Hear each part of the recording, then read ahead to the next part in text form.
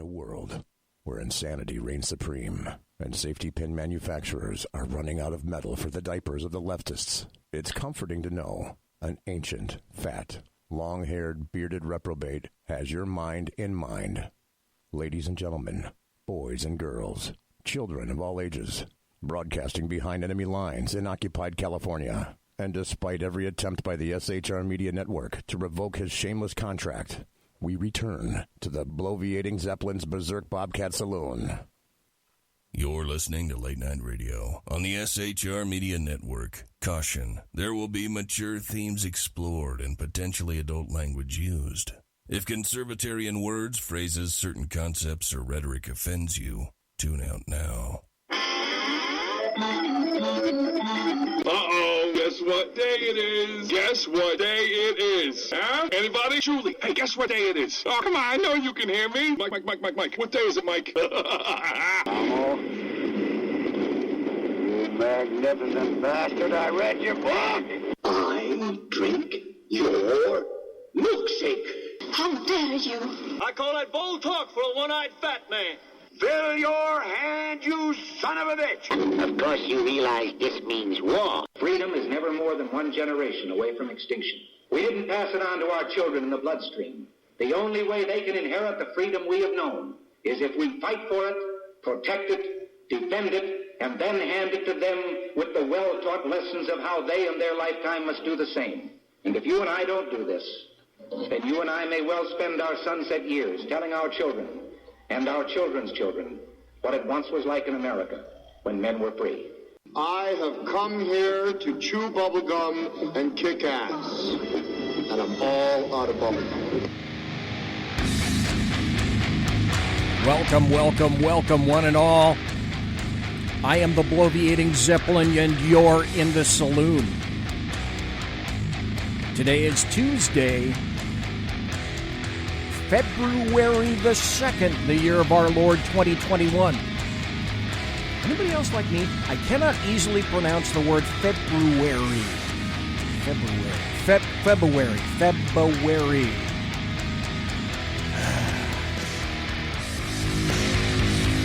Ladies and gentlemen, boys and girls, children of all ages, welcome to BZ's Berserk Bobcat Saloon radio show, where I'm broadcasting behind enemy lines in occupied California, always spelled over the K, a mere 2 miles east of the locus of evil on the entire left coast of the Bill Mill, the belly of the beast, the Capitol building in downtown Sacramento at 10th and L Streets. And at the end of the show, when I exit the plush, resplendent, sumptuous, and palatial SHR Media studios, be smelling the odoriferous stench of sulfur, brimstone, and evil emanating from downtown Sacramento. And be forewarned, what you're about to hear for the next 2 hours consists of my opinion and no one else's. The Saloon is serving stiff drinks, facts, history, logic, rationality, proportion, context, tradition, intent, and common sense out the front and the back doors, depending on the fear porn quotient today. In California, always spell over the K. Remember, we don't water our drinks, just like we don't water our conversation, politics, religion, crime, culture, economics, race, sex, science, law. We talk about it all right here at the Saloon, where the speech is free, but the booze is not. This is 2021, and I am done with bipartisanship or compromise. And understand, I am also done with the Republican Party, and that's what I'll talk about tonight. This is the new age of modern political warfare, gaslighting, lies, massive hypocrisy, half-truths, threats, and all on the part of Democrats, leftists, anarchists, aided and abetted by their propaganda organs, the American media maggots. They have all declared we are on an open war footing against you. So 2021 will be the year of retribution, revenge, and punishment of conservatives by Democrats, so let there be no mistake. I love my country, but abjure its leftist leaders and anyone who won't put America and her lawful citizens first, obey the U.S. Constitution, the Bill of Rights, uphold the rule of law, and embrace due process. Democrats, leftists, and the American media maggots say that makes me a white supremacist, along with all the other various colors of Trump voters, supporters, and conservatives. So you know what? If loving my country makes me an extremist, then I declare unequivocally, so be it. And I would wager that the bulk of the people listening to the show tonight fall into that same category. I have in the first hour an interview with a woman that I first met in college, and neither one of us took each other very seriously while we were in college, because that's what you do when you're in college.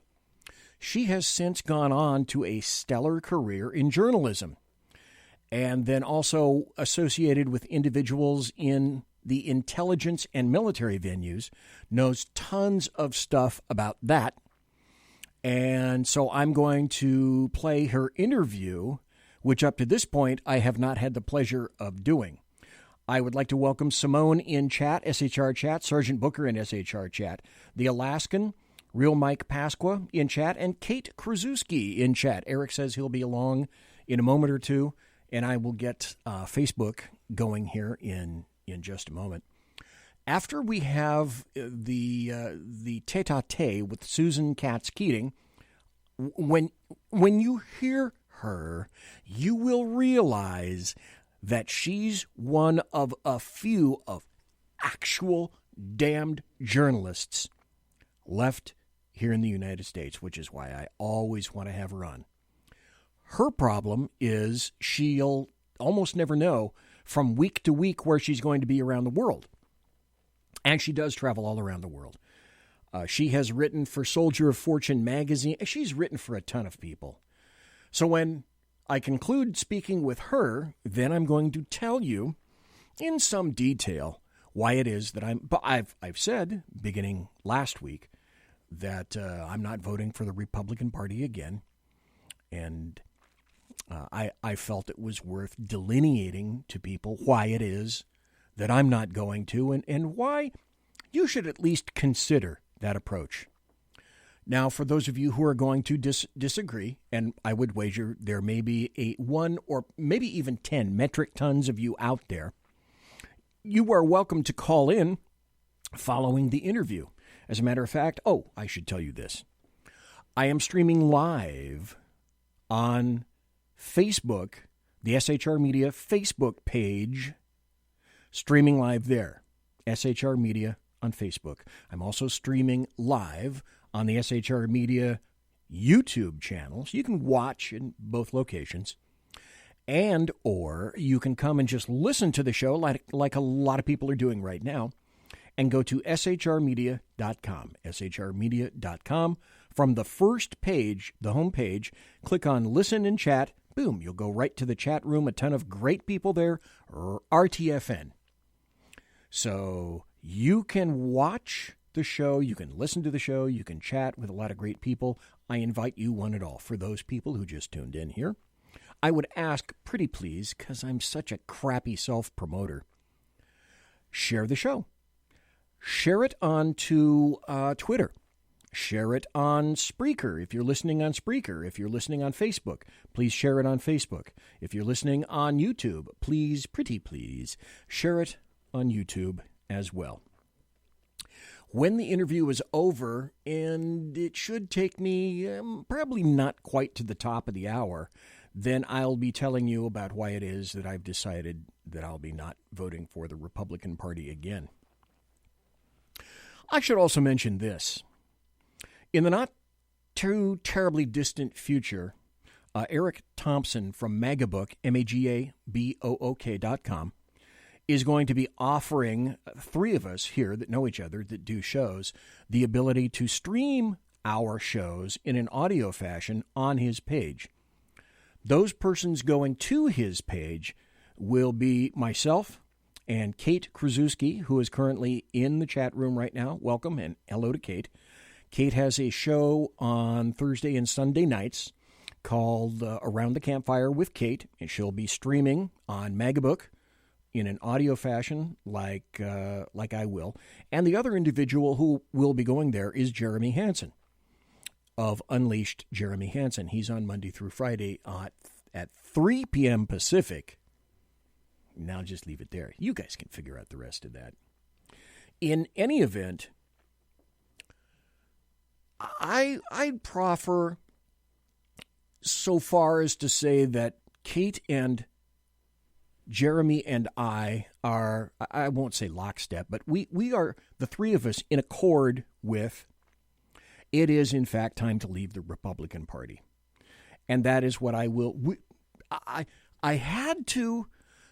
I started on this, and I wanted to have some audio cuts, and I finally got to the point where I realized, I could make this a 1-week show, and I just don't have the inkling or the energy to do that. So I made some selections, and I have chosen from some most recent, very telling statements from Republicans. And once you hear this, you will realize, you know what?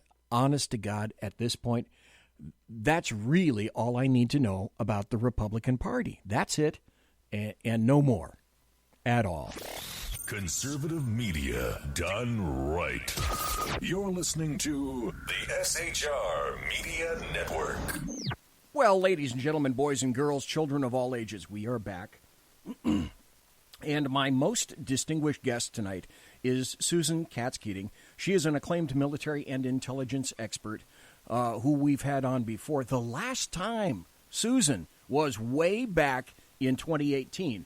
But I should remind everybody that she's also a journalist, a writer, and author of at least 223 books, and she produces an average of roughly one book every 8 hours. Kind of an underdog. When she's not writing, she fills in as an accredited emergency room doctor at Walter Reed Hospital. She teaches advanced thermodynamics in applied nuclear astrophysics and quantum mechanics with an emphasis on Schrodinger's cat at MIT in Cambridge. In her spare time, however, SUSAN KATZ KEATING keeps her aviation hours up as a master pilot in the Lockheed Martin C-5M Super Galaxy. Flying for the United States Air Force out of Westover Air Force Base in Massachusetts, she's certified to teach the instructor pilot course IPC for the Boeing Sikorsky RAH-66 Comanche attack helicopter, as well as the Sikorsky HH-60 Pavehawk. When she's not doing this, she's working in concert with the Cray Corporation via the Cray XC50 accelerated liquid-designed and cooled GPU supercomputer, which develops a peak performance of 500 petaflops, in order to assist in the design of gas bubble cavitation effects to encompass an object traveling through liquids, with the end goal being a supersonic cavitating submarines. So as you can clearly see, SUSAN KATZ KEATING is an underachiever. We've had her on here before. She has even more accreditations to her point. Now, this part is true. SUSAN KATZ KEATING is the author of 9 books. She's got her own author page at Amazon.com. She used to have her own blog, but unfortunately the Russians attempted to hack it, and as a result, 4 Russian computer techs were killed in Novosibirsk when she took psychometric umbrage to the situation. Yeah, she can kill you long distance with the power of mind. She can also be found on Facebook and on Twitter at @SKatzKeating. So someday she'll actually accomplish something in her real life. Last time we went real back into your story and whatnot. But for the people that haven't heard you before, you're a journalist. You've been a journalist for quite some time. Well, stop. First, hello. Okay, hold on. Somebody give me the Heimlich maneuver to stop me from choking with laughter here after listening to that intro. It's true. I wouldn't tell anybody anything that isn't already true. I believe you. I'm like, wow, this is great. I want to meet this person. Yeah, okay, so me too. Here's the deal. Here's why I like to have you on. And it's been 2 years since we have last spoken over the show. This is a quote from an interview that you did on November 24th of 2018. SUSAN KATZ KEATING, I wrote this down because this embodies what I consider to be a true journalist. It's so important, this is your quote, it's so important to maintain neutrality and to be aware if and when you feel your personal beliefs creeping in. No one, of course, is a robot, but we as journalists have to make sure we keep facts and opinions in their own lanes. If reporters want to give their opinions, they're no longer reporters. They are advocates, in which case it's time to leave the news desk and maybe join the op-ed page.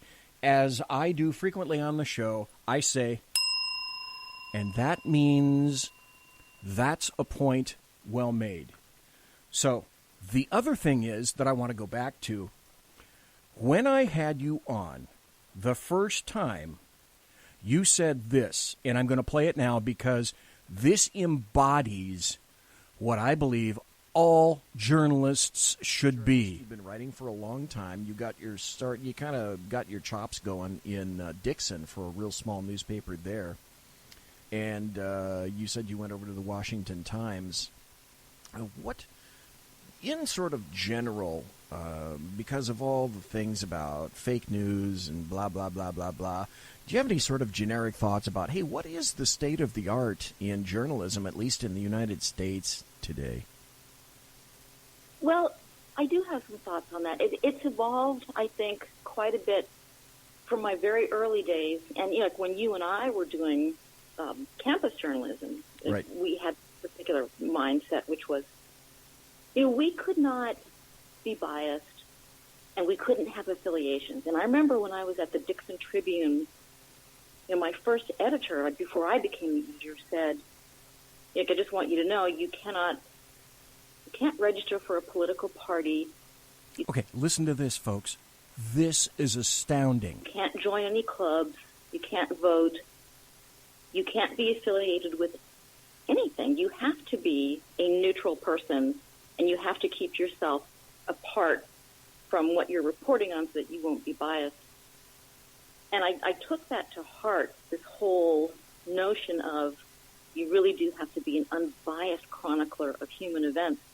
And then over the years, you know, I've seen that attitude drift away among my fellow journalists, and there are still a lot of us. I think most journalists now will register to vote, or they will join, you know, a club somewhere. But what I've noticed is that a lot of journalists in the big legacy media outlets, especially, they don't really try too hard to hide their bias.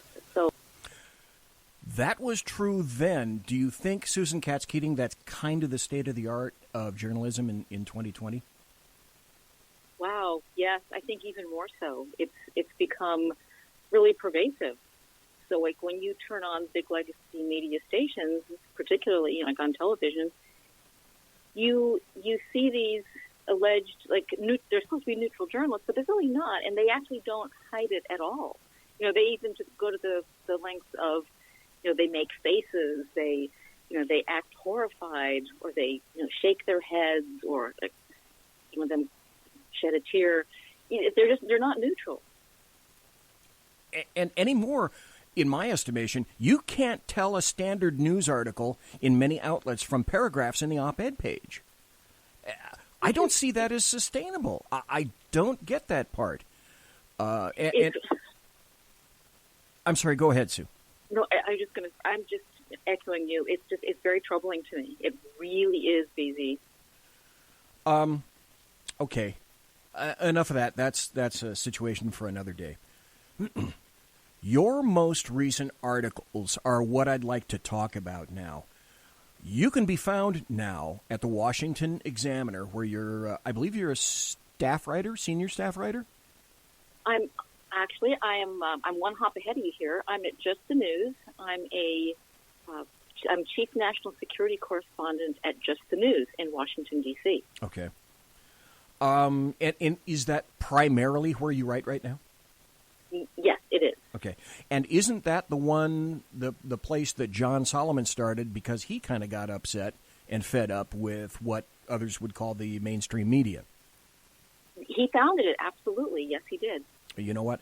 In terms of John Solomon, I would readily put John Solomon and yourself in the here's a handful of actual journalists left. But again, that's a story for another day.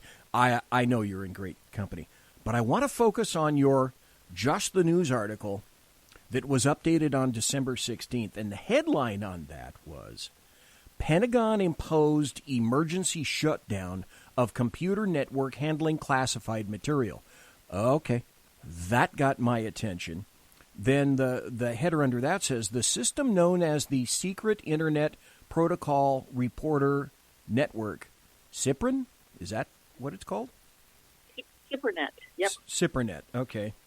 Handles classified information up to the secret level. So when I saw that, I found that a little staggering, a little serious, shall we say. And then that came out with you in Just the News. The Pentagon on Tuesday ordered the emergency shutdown of a classified internal communications network, 3 Defense Department sources confirmed. And again, stop right there.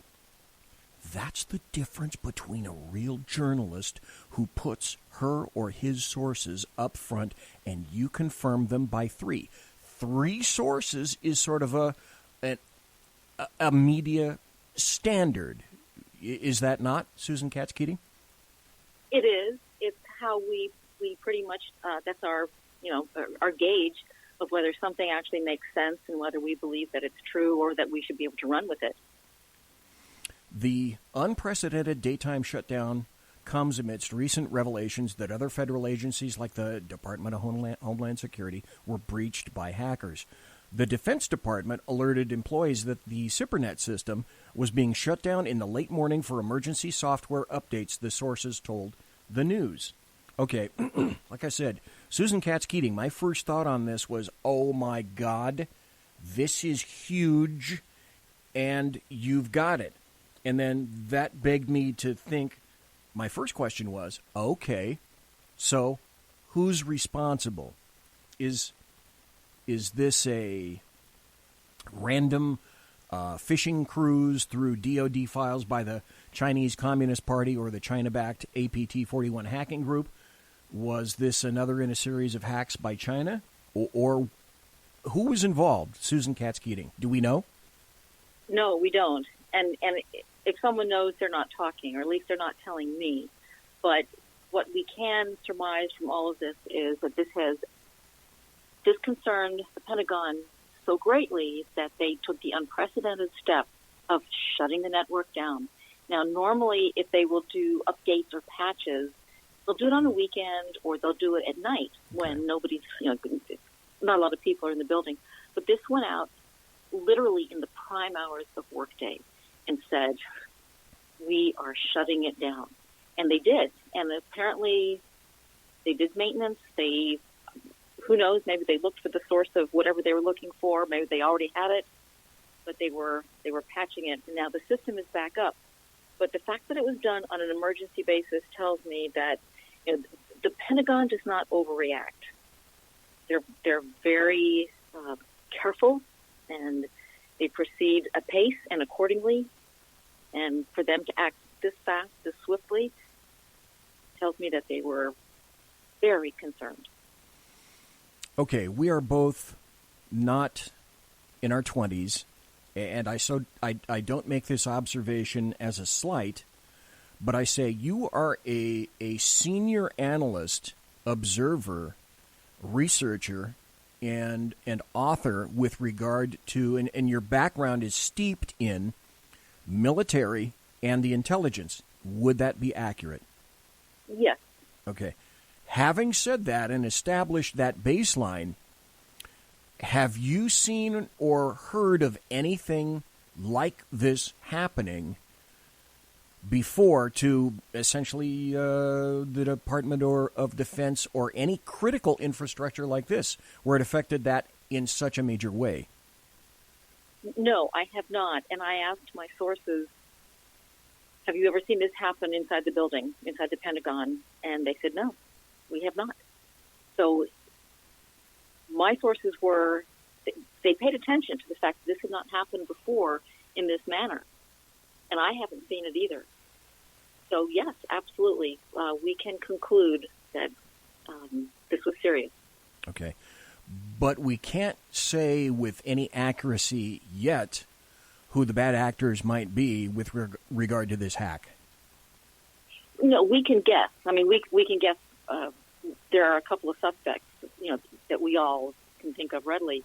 But in terms of knowing and being able to definitively say, yes, it was China, yes, it was Russia, no, we can't say that right now. Okay.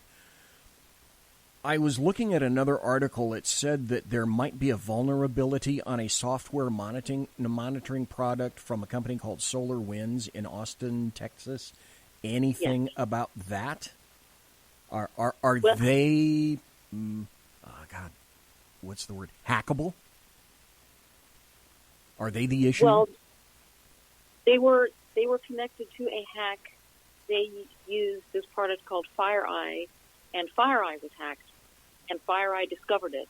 And how they discovered it, of course, I don't know. I'm not a computer expert, but they noticed that they had been breached, and they realized that some of their clients also had been breached because what happened was a patch was sent out, a repair patch. And, of course, all these clients who have these systems that are connected through FireEye or SolarWinds will say, oh, absolutely, we'll do our security update, without realizing that the security update was actually the worm that was exposing them. It's just like really despicable. Okay. But anybody on their end would go, okay, here's an update. I allegedly trust this source, so boom, there goes my update. That seems logical to me. Well, and how many times do you get a notice on either your laptop or your cell phone that says update now available, install now, or it will install tonight. And then boom, in it goes, and you think, great, I've now got the latest security feature on my device. Well, what if it were malware instead? You'd never know. No, the average end user would have absolutely no idea that it was either Russia or China or North Korea or another bad actor like that. I want to move on to another article that you wrote. This was also from Just the News. You can go to, this is the site that John Solomon originated, justthenews.com, all one word, justthenews.com. And I get a lot of my stuff there, and I'm really happy, Susan Katz Keating, to see that you're writing there. I think I found great stories there with great veracity. You wrote this article December 7th, and the headline is this: Scientists declare Havana syndrome that afflicted U.S. diplomats was from pulse radiation. So, if I'm not mistaken, a few years ago, 2016, something like that, some Americans in the embassy in Havana, Cuba, were complaining of headaches, dizziness, fainting spells, etc. And weren't Americans told back then, nah, you're just imagining things? Yep. So yes, they were dismissed. Now it comes out, who were the actors behind this then? Well, once again, no definitive smoking gun that I can actually come out and say, here's who did it. But we can pretty much surmise that it came from Russia. That's the kind of thing that they are very good at. They have really beefed up their electronic warfare capacity because their other capabilities are lacking. Like if they were to go head-to-head with us in a hot war using traditional troops, they would not do as well as we would. However, with these electronic warfare devices, that changes the landscape a bit. So these people were hit with, translate that into microwaves. So, it's not like you're stuck in a microwave oven, but it's like you're hit with the microwave pulses. And when these people talked about headaches, it's kind of easy to sort of roll your eyes and say, oh, right, everybody gets a headache. But no, these were debilitating, shocking, like, boom, thunderclap type headaches, disorientation. Some people vomited. They just had horrible problems, and they were long-lasting as well. As you wrote in the story, the malady known as Havana syndrome struck Americans and Canadians in sensitive postings around the world, including Cuba, Russia, and China. For some of these patients, their case began with a sudden onset of a loud noise, perceived to have directional features, and accompanied by a pain in one or both ears or across a broad region of the head, and in some cases, a sensation of head pressure or vibration, dizziness, followed in some cases by tinnitus, visual problems, vertigo, and cognitive disabilities and difficulties. And just like you say, it's easy to write this off, but now it's been proven true. So is there, from perhaps some of your sources, is there a way that this can be combated or accommodated for in some fashion? And with that, we'll stop the interview. It's time for a break. We'll be right back after this. I am BZ, the bloviating Zeppelin, and you're in the Saloon. Conservative media done right. You're listening to the SHR Media Network. Hey, are you guys listening? This is Shannon from Right Way with Shannon and Mike in the AM on SHR Media. I know you've been wondering where we are and what's been going on. Well, folks, that's right. We're back. So please join us 7 to 9 a.m. Monday through Thursday on SHR Media, on Spreaker, iHeartRadio, and Spotify, and Facebook Live at 11 a.m. on Right Way with Shannon and Mike in the AM at Facebook. You don't want to miss a minute. We've got lots of guests, lots of segments, and lots of interesting things. And let's face it, there's nowhere for you to go, so you might as well tune in. Again, Right Way with Shannon and Mike in the AM. We're back live on the air on SHR Media, 7 to 9 a.m. Monday through Thursday, audio and Facebook Live, audio and video. Yes, we are going to do video. Facebook Live, Right Way with Shannon and Mike in the AM. Hope to see you soon. Unleashed Jeremy Hansen, the most explosive pro-American podcast on the planet. Pro-MAGA, pro-Trump, pro-conservative. Come join the resistance. Fight for what really matters in America. 5 p.m. Central on UJHLive.com, Spreaker, iHeartRadio, Pandora, or MAGAbook.com. Come join the resistance and fight for America. Unleashed Jeremy Hansen. Conservative media done right. You're listening to the SHR Media Network. Ladies and gentlemen, we are back. We are nationwide. I am BZ. I am the bloviating Zeppelin. You're in the Saloon. Tonight, I'm speaking with, for the first hour, SUSAN Katz Keating, a great journalist, if you've been listening to her, who writes now for the John Solomon site, justthenews.com. Justthenews.com. So we're going to continue talking to SUSAN Katz Keating. Wow. What an interview. And I tell you what, I'm going to have to pick it up right about here, I do believe. But anybody on their end would go, okay, here's an update. I allegedly trust this source, so boom, there goes my update. That seems logical to me. Well, and how many times do you get a notice on either your laptop or your cell phone that says update now available, install now, or it will install tonight, and then boom, and it goes, and you think, great, I've now got the latest, security feature on my device. Well, what if it were malware instead? You'd never know. No, the average end user would have absolutely no idea that it was either Russia or China or North Korea or another bad actor like that.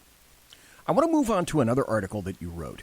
This was also from Just the News. You can go to, this is the site that John Solomon originated, justthenews.com, all one word, justthenews.com. And I get a lot of my stuff there, and I'm really happy, SUSAN Katz Keating, to see that you're writing there. I think I found great stories there with great veracity.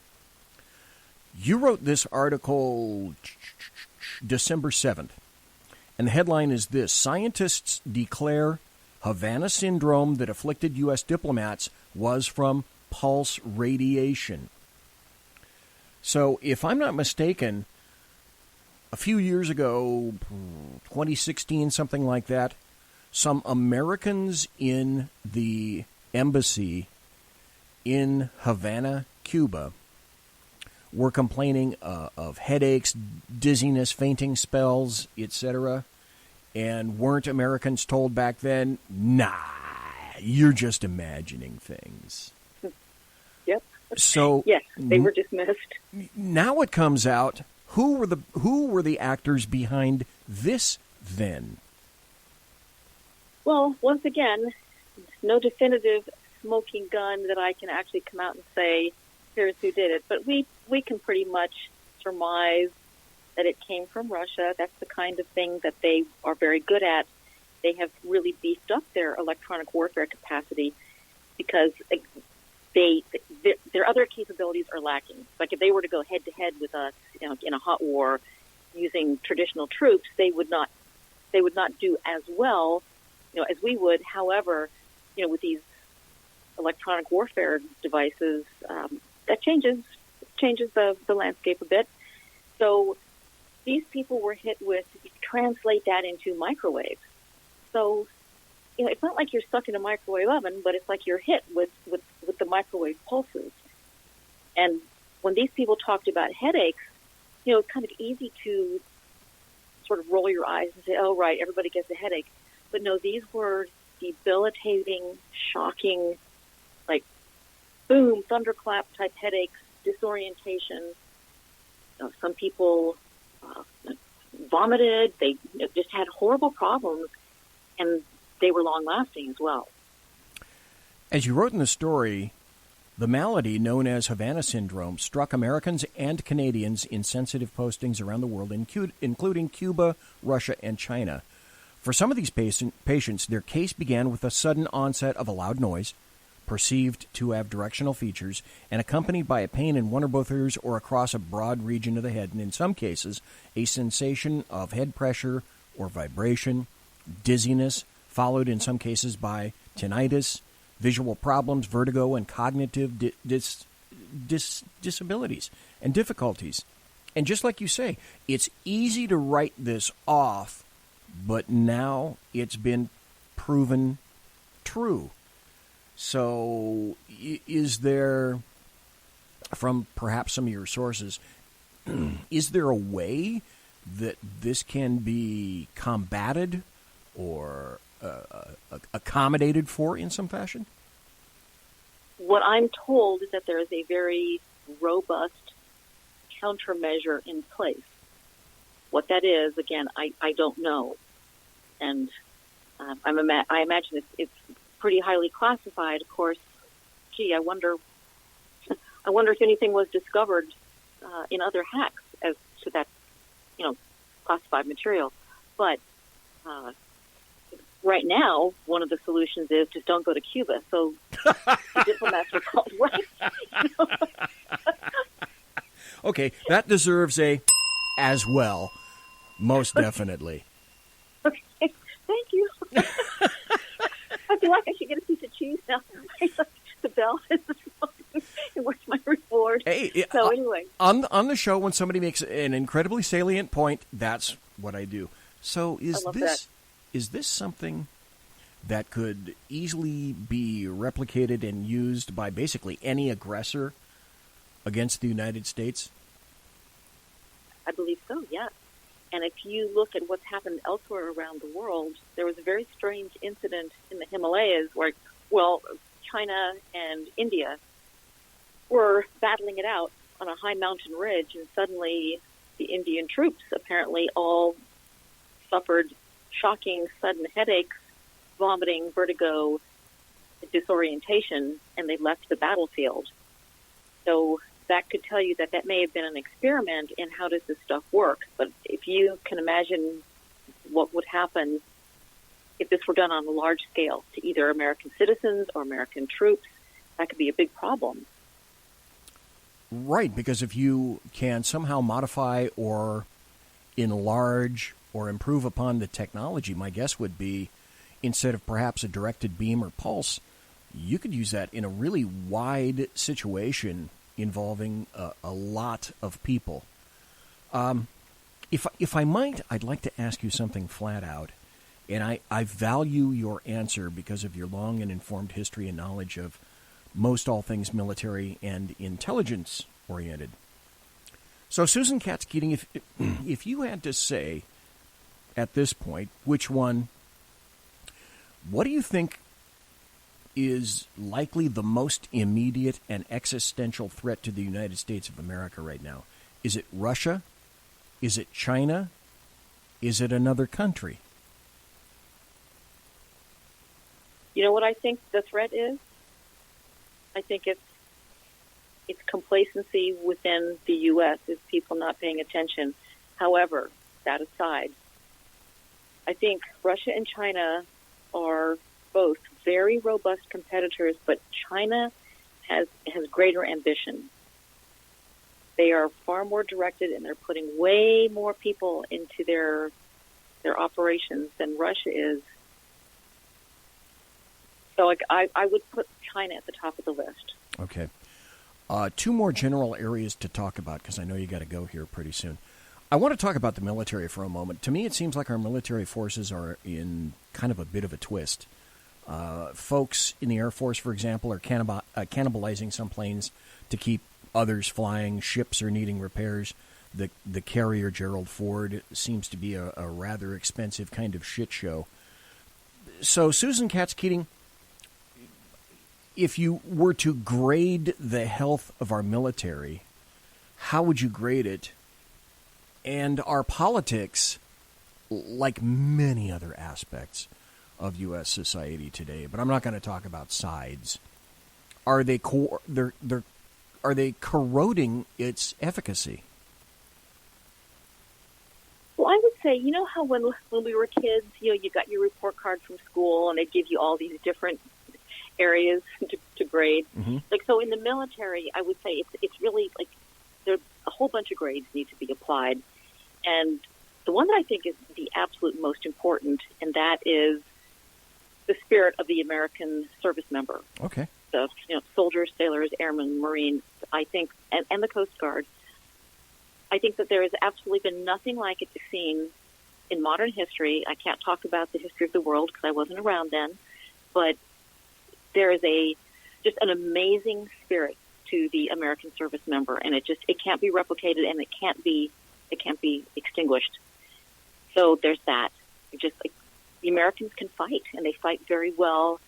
They're wonderful in combat and in units and individually, so they get an A+. Okay, so essentially what you're saying is, despite whatever may be occurring in the background and the foreground, the foundational aspect of our military is that morale is still pretty damn good. When it comes down to it, that morale or the will to fight is the strongest point. However, now this is a pet peeve of mine, okay. BZ, so thank you for giving me the opportunity to talk about this. Good. I believe that because our armed forces are our national treasure, if we're going to use them, we have to use them correctly, which means these rules of engagement, and you've probably heard me talk about this before, mm-hmm. have got to be designed to help the American warfighter and not hinder the warfighter, which means you don't put them in a situation that's going to get them killed or hurt. So you don't say, well, you can only fire if the following conditions are met. And a lot of times those conditions are so legalized, that it hamstrings them, and they can't fight without being at risk of being prosecuted under the UCMJ. So I say use them properly, allow them to fight. Could I distill that crassly down to something similar to the military should be used to kill people and break shit? And if you're not interested in doing either one of those, don't apply the tool. Would that be somewhat accurate? Yes, absolutely. That's what the infantry does. They kill things and break stuff. Okay. That's what they're for, right? So if you're going to send them over to to sort of be, well, we're going to be there, but we're not really going to fight unless we have to. It's just, to me, it's an absolute, it's a crime against the forces themselves to put them in that position. Okay, all right. I don't think you wouldn't get any disagreement with me on that or the people that happen to listen to the show. I've got sort of a final topic area to talk about here briefly. I'd like to address the state of our intelligence agencies. I think there are 17 of them these days, if I'm keeping track correctly. Is that about right? There's a lot. There's a lot. And there's probably a lot more than that I don't even know about. What do you think is the state of their health and what's their future? Because we're going from one administration to another administration, and they've got to keep things sane and centered. So if you had to grade their overall health, what might you suggest?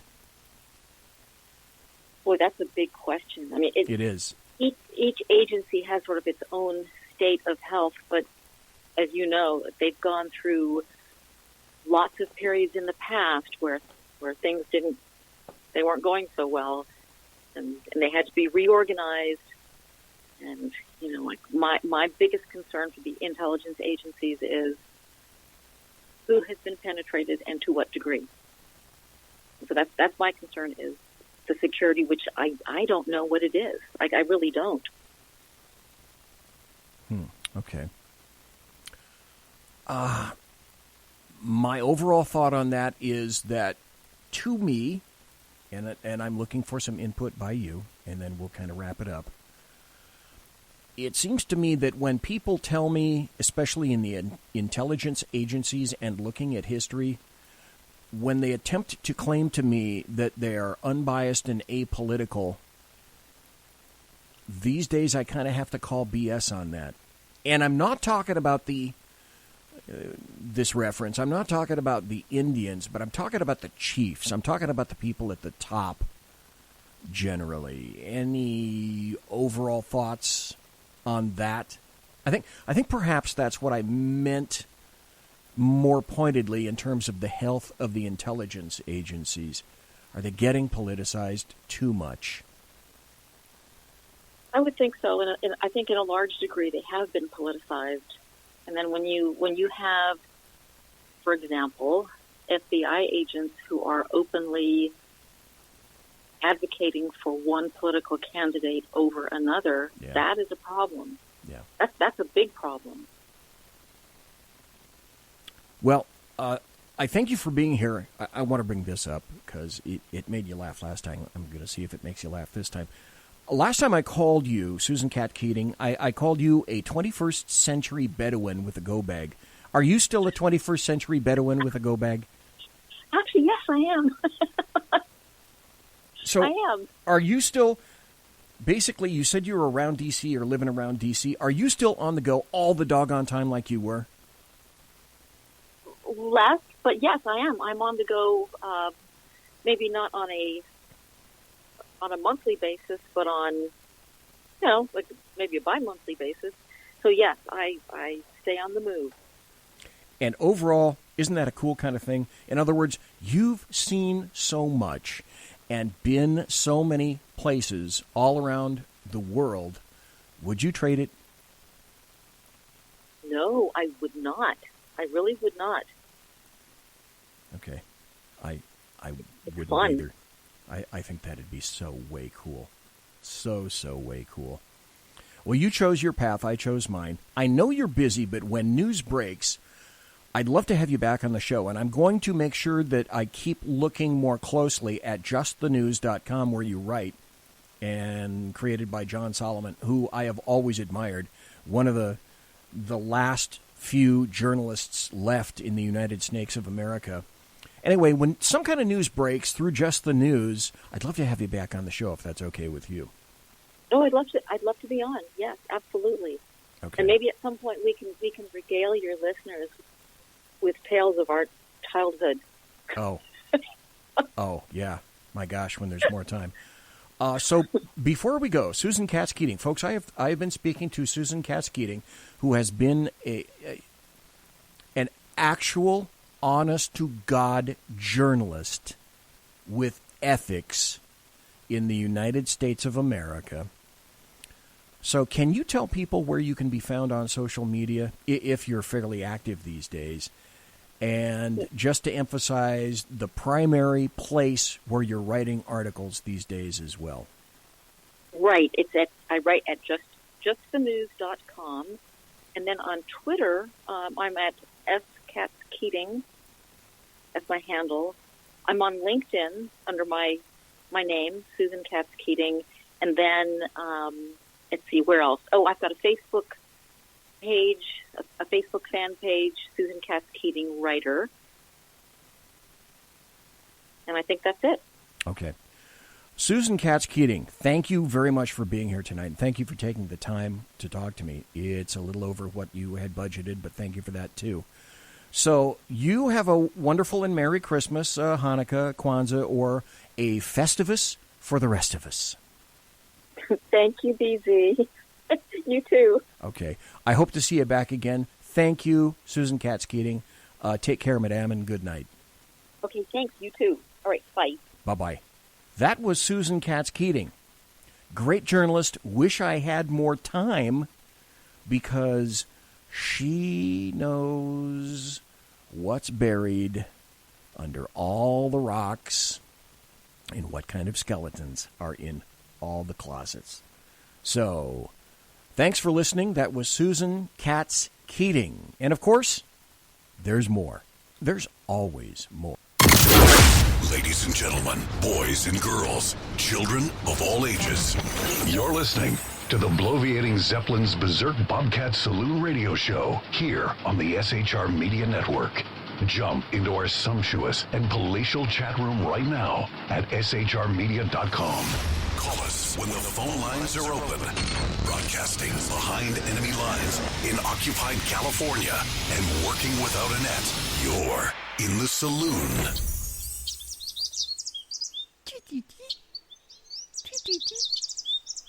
You're in the saloon. That was Susan Katz Keating. What a hell of an interview. My problem with her is, oh, BZ, here you go, is that she's hard as hell to get in touch with. That obviously was recorded just before Christmas. It took me a year to track her down. An entire year.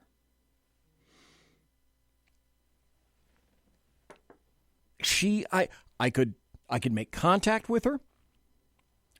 I could get her to agree that she wanted to be on the show, but she was never stopping in a sufficient amount of time that she had an hour or two to chat. So every time she's on, people always say, you got to get her back. You got to get her back. I would love to. I would love to get her back. I'd like to have her back every month. Trying to find out where she is every month, well, that's going to be the issue. This is not an issue. The Bloviating Zeppelin's HeyJackass.com Chicago Death Toll Update. Courtesy of Chicago Mayor Lori Lightfoot. And this is also from HeyJackass.com. HeyJackass.com, illustrating Chicago values. Final January totals versus 2020. Shot and killed 53, up by 89%. Shot and wounded 196, up 41%. Total shot 249, up 48%. Total homicides 54, up 46% versus 2020. Week in progress, January 31st to February 6th, shot and killed 2, shot and wounded 6, total shot 8, total homicides 2. Year to date, come on, it's only February 2nd. Give these folks a break. Shot and killed 53, shot and wounded 198, total homicides 54. Well, like I say, the year is young. Okay, the 2021 Chicago shot clock looks like this. A person is wounded every 3 minutes and 5 seconds. A person is murdered every 14 minutes and 13 seconds. Well, with this caveat, however, this past weekend. Here's a story from Chicago Sun-Times. 51 shot, 5 fatally in Chicago this weekend. The weekend's latest fatal attack occurred Sunday evening in Englewood on the south side. So don't think that Chicago is letting you down per se. Let them get into the spirit. Let folks, everybody, everywhere, get into the spirit of 2021. 5 people were killed and at least 16 others wounded in shootings across Chicago this past weekend. The weekend was less violent than the weekend prior, as a winter storm dumped nearly a foot of snow by Monday. Well, that's why they were impacted from doing their job. It was the snow. My God, City of Chicago, snow removal companies, where have you been? Last weekend, 31 people were shot and 7 were killed between 5 p.m. Friday and 5 a.m. Monday. So fear not. There is a lot of stuff occurring in Chicago. Now, I am going to go into my litany of reasons why I'm no longer funding, supporting, or voting for the Republican Party again. However, I noticed that I have a caller, so please chime in, mystery caller. How you doing, BZ? Hey, not bad. Wait, folks. That means that it's Jack Alexander. And if it's Jack Alexander... It's a magical step into the future. Tomorrow's news today with Australia's Jack Alexander. Here in the Berserk Bobcat Saloon. So, Jack Alexander from Australia, what's tomorrow really look like? Go ahead. Hey, can I have... Damn it, mister! You will never give me the winning lottery numbers. I'll split them with you. If I had the winning lottery numbers, put it this way: if I could get the winning lottery numbers for this week, I would be happy to give you next week's winning lottery numbers. Oh, thank you. If you gave me tomorrow's lottery numbers today, and I filled it in and submitted it, I would definitely give you a cut of the take. I see how that works out. Yeah, but see, you're better off playing it here, because under Australian lottery laws, you don't get taxed on your winnings. Really? Are you serious?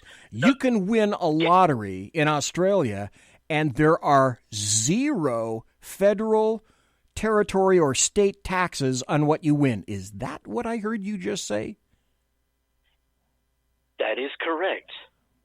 With the exception of professional gamblers like bookmakers, and like if I went back to playing poker on a semi-professional level, I'd have to pay tax on any of those winnings. But for your average everyday schmuck in the street, if they pulled off the Powerball tonight, I think the Powerball's tonight, or is it Mega Millions? It doesn't matter. If they won the lottery tonight, they would not be charged any income tax on it. The interest that it earns after they bank it, yes, because then that interest becomes an income. Right. Well, then, because it's in an official bank, savings and loan, or wherever it is that you decide you're going to keep it. Yeah. I get that part. But, I mean, the irony of what's going on at the moment, you can't, with all the COVID stuff that's going on now, I've been watching Joe Biden's executive orders pretty closely, because I knew that the Democrats were going to do a lot of things with regards to, as they call it, immigration reform. Air quotes. And, massive air quotes. Immigration reform. But Elizabeth Warren, immigration reform, Jack. You can't come here, Jack. Look, when you bring up Elizabeth Warren, I still want to get one of those DNA tests done to prove that, this little black duck that was born in Australia has more American Indian in him than she does. Could you imagine how we could use that to metaphorically bitch slap her around? Oh, my God. Every time I craft a show, which is why if I had my druthers, I'd kind of like to try to be a Jeremy Hansen who has a daily show, because with only doing 2-hour shows a week, there's so much crap, so much GERP I absolutely can't talk about, because, honest, the way things are today, after a day or two, this stuff gets old.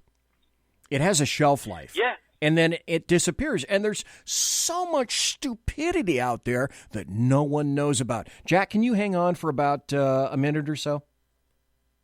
Certainly. Okay, we'll be right back after this. Conservative media done right. You're listening to the SHR Media Network. It's it is Jack. He that is me, bringing perspective from across the sea. Join me, Jack Alexander, 4 days a week for the Jack Alexander Experiment podcast, as I take a unique outsider's look at the news and issues affecting life and liberty here in the USA. I'll show you what the mainstream media refuses to. Politics, border security, defense, healthcare, travel, nothing is off limits. Catch the Jack Alexander Experiment podcast each Monday to Thursday on Facebook, YouTube, and everywhere good podcasts can be found. Also, check out the website www.jackalexanderexperiment.com. It's your business diva here, Melanie Collette. I am inviting you to a front row seat as I discuss some of the most intriguing details of wealth and finance with today's movers and shakers in the world of business. Listen in and discover financial truths on a global, domestic, and household scale. Uncover topics that will impact your wallet today and in the future. Money Talk with Melanie airs Monday through Friday, 5 p.m. East, 2 p.m. West, right here on SHR Media and High Plains Pundit Talk Radio. You can't afford to miss it. After 6 years covering terror and corruption, the Unpleasant Blind Guy is making a change. I'm Dave Milner. Join me on Spreaker and YouTube through SHR Media and on the Western Free Radio Network as I team up with Jeff Mitchell, host of the English Defense League radio show on blogtalkradio.com. Check show pages for airtimes. It's the Unpleasant Blind Guy. On EBL Radio. There's no surrender, ever. Because truth is not always pleasant. Conservative media done right. You're listening to the SHR Media Network. And we're back. That's the first hour gone that fast. The first hour we had an interview with SUSAN Katz Keating, my favorite journalist. Period. End of statement. As everybody knows, you can count what you would consider to be good journalists on, I don't know, one hand, maybe two hands at most, if that. So let me throw that out there. Folks are in chat. Also in Facebook chat, because I'm looking at... Here's the deal about Facebook chat. Facebook allows me to see, from the phone here, Facebook only allows me to see just a couple of people. It doesn't scroll with all the comments. So I can't see all your comments. So you may be attempting to interact back and forth with me in chat on Facebook. And if I interact, it's because I saw you. If I don't interact with you, it's because I didn't see you. That's what Facebook does to me. So I'm curious, folks in the SHR Media chat room, and Jack, I'll ask you also since you happen to be here, and folks in Facebook chat, who are your who do you suspect are actual good journalists out there? I wouldn't say that I have several, but I have a few. She's not as well known as other people, but because I happen to know her personally, and because I've read all of her stories for so many years, my number one journalist would be the individual that I just interviewed in the first hour, SUSAN Katz Keating. Right after that, I'd have to say John Solomon. After that, I'd kind of be hard-pressed. I could probably come up with some names off the top of my head right now. I can't. So if anybody happens to be in SHR chat,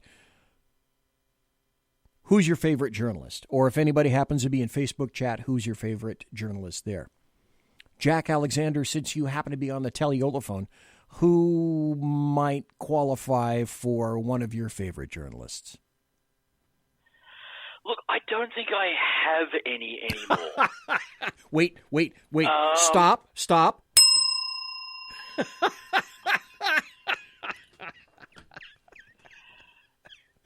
Okay, I'm sorry. Go ahead. There were people that I admired when I wasn't doing news and commentary in my broadcasting career. But the deeper I went down that rabbit hole into what I'm doing now, and I look at the people that I admired, I sort of look back at the stories that they did, whether they were American journalists or, I had a lot of admiration at one stage for Barbara Walters. Now she's on, my top 5 list of biggest sellouts out there. Yeah. But I actually lost all respect for Barbara Walters when on that stupid daytime talk show that she started back in the early days of it, before it got really messed up with the likes of Whoopi Goldberg and all of those other hags and has-beens. She's there demonstrating a urinal device so women can stand up and take a whiz. And I'm thinking, hang on, this is one of America's most respected journalists, and she's demonstrating women standing up to take a piss. Beautiful. Yeah, that moment just ruined any respect I had for her. There was an Australian journalist who did a nighttime current affairs, sort of news type commentary show, and he also was a long-time host on the Australian version of 60 Minutes, a guy by the name of Ray Martin. And in the early stages of his career, incredibly ethical and impartial in the way he covered news. But as the career, I don't know whether it was pressure from the network or the producers of 60 Minutes, but the longer he was on that program, the more of a sellout to checkbook journalism he became. This is very interesting. And folks, we're talking to Jack Alexander. He's been on the show before. Ow, where's my manners? Damn it. I did play your promo, but Jack, before we go any further in terms of manners, tell people about your show and where your show can be found, sir. What? Yeah, I'm still getting used to. I'm still getting used to being called sir because when I got involved with the U.S. Air Force Auxiliary, I went in as a second lieutenant. So before then, my military career was all as an enlisted man. But the show is the Jack Alexander Experiment. It's available on a ton of social media and live streaming, usually around the 7 a.m. Eastern time. It's live streaming now on Facebook and YouTube for as long as they let me. This week we also started... I shouldn't laugh. We're all in the same predicament together. We're all in the same damn bus, and it's about to careen off the mountain. Yep. This week I also started live streaming to Twitch. Really? Live streaming? Okay. They actually have a news and podcasting section on Twitch, although you've got to catch it live because they're not very good at archiving old shows. But if you want to catch the archives of this year's shows, you can find them on Rumble. I started using Rumble as a backup repository for all of my shows that I'm putting out this year. But I live stream to YouTube as well. You'll find all of this year's and last year's shows on there. Everywhere good podcasts can be found, and hopefully very soon that will also include Audible. Okay, good point. I should like to point out that it's not where crappy podcasts can be found. Because if you were thinking about literally going to crappodcasts.com, don't go there because you won't find Jack there. Get it? You won't find Jack there. BZ made it funny. In any event, I'm looking at the chat room in SHR, and Mike Pasqua made a very interesting point about some of the other people that he thought would be good journalists or are good journalists. And he mentioned Sarah Carter. I would completely concur. And Cheryl Atkinson. You can pretty much guarantee that Cheryl is going to be using about as much equanimity as is possible. I kind of like the way Laura Logan reports. She doesn't tend to get much into politics, so I don't quite know on which side of the aisle or the razor blade she falls. And also, Jeremy Hansen in Facebook chat said Shane Trejo of Big League Politics, which is very interesting. Because if you live in the political realm like I do, I'm finding it's not massive. Oh, Kate says, East Coast time is late. Good night. She's going to go. Great, Kate. Thank you very much for being here. She says her carriage is about to turn into a pumpkin. Okay, I get it. Big league politics really is starting to get into the big league. I'm noticing more stories starting to be broken by them.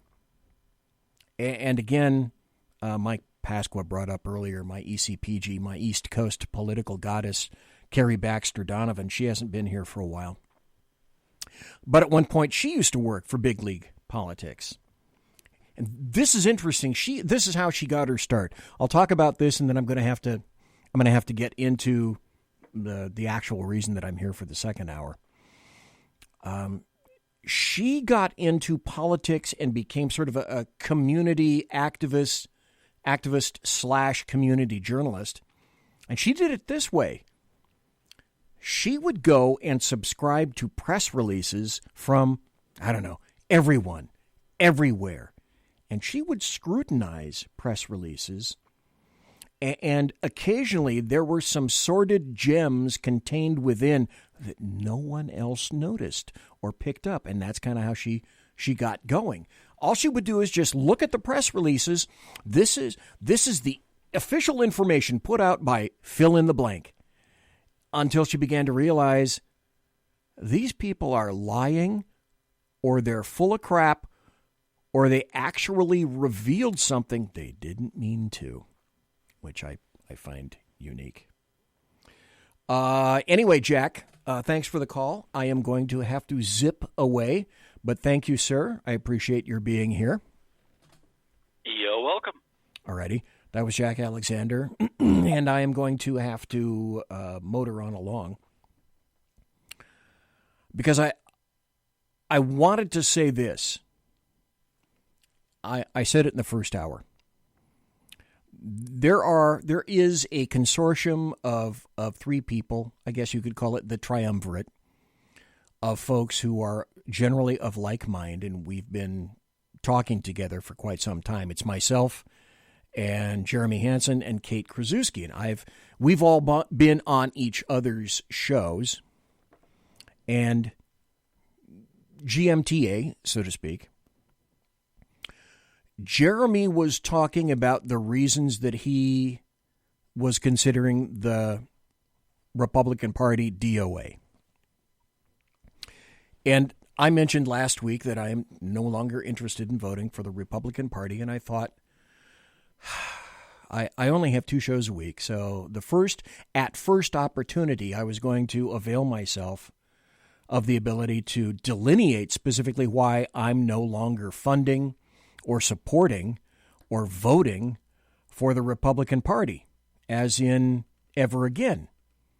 So I'll start with the making of a good presentation. When you make a good presentation, you tell people what you're going to tell them, and then tell them what you told them.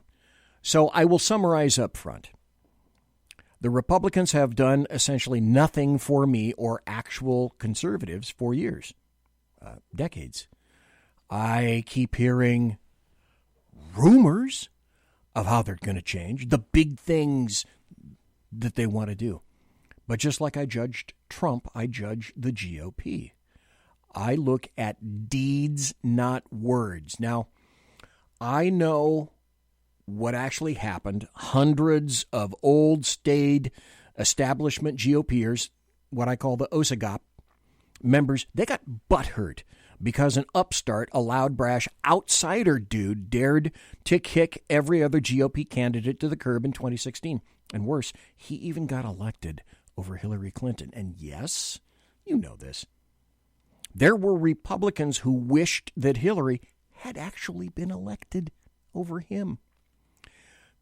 What occurred, and conservatives like you and me already know this, they had their dainty little, easily bruised, delicate, fussy snowflake sensibilities offended by OMB, who told the truth about politics in Washington, which means he told the truth about them. Trump had the temerity to allow people to actually see just a smidgen of how the sausage is made. Heretic!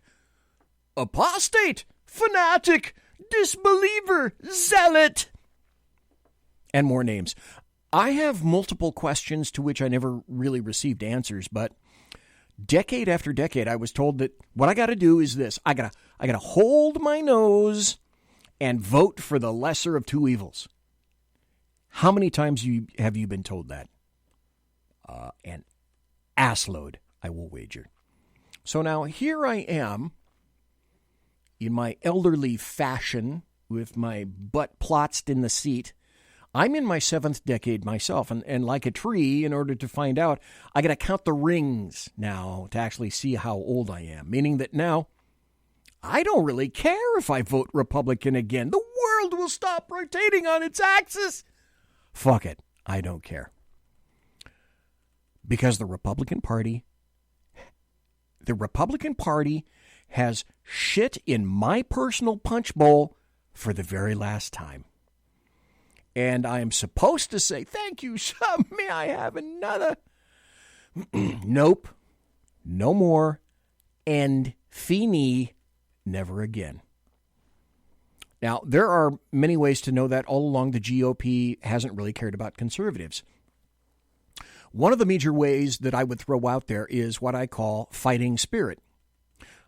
Why is it that the Democrats can circle the wagons over almost any issue and be uniquely resolute and unified? The GOP can't do that.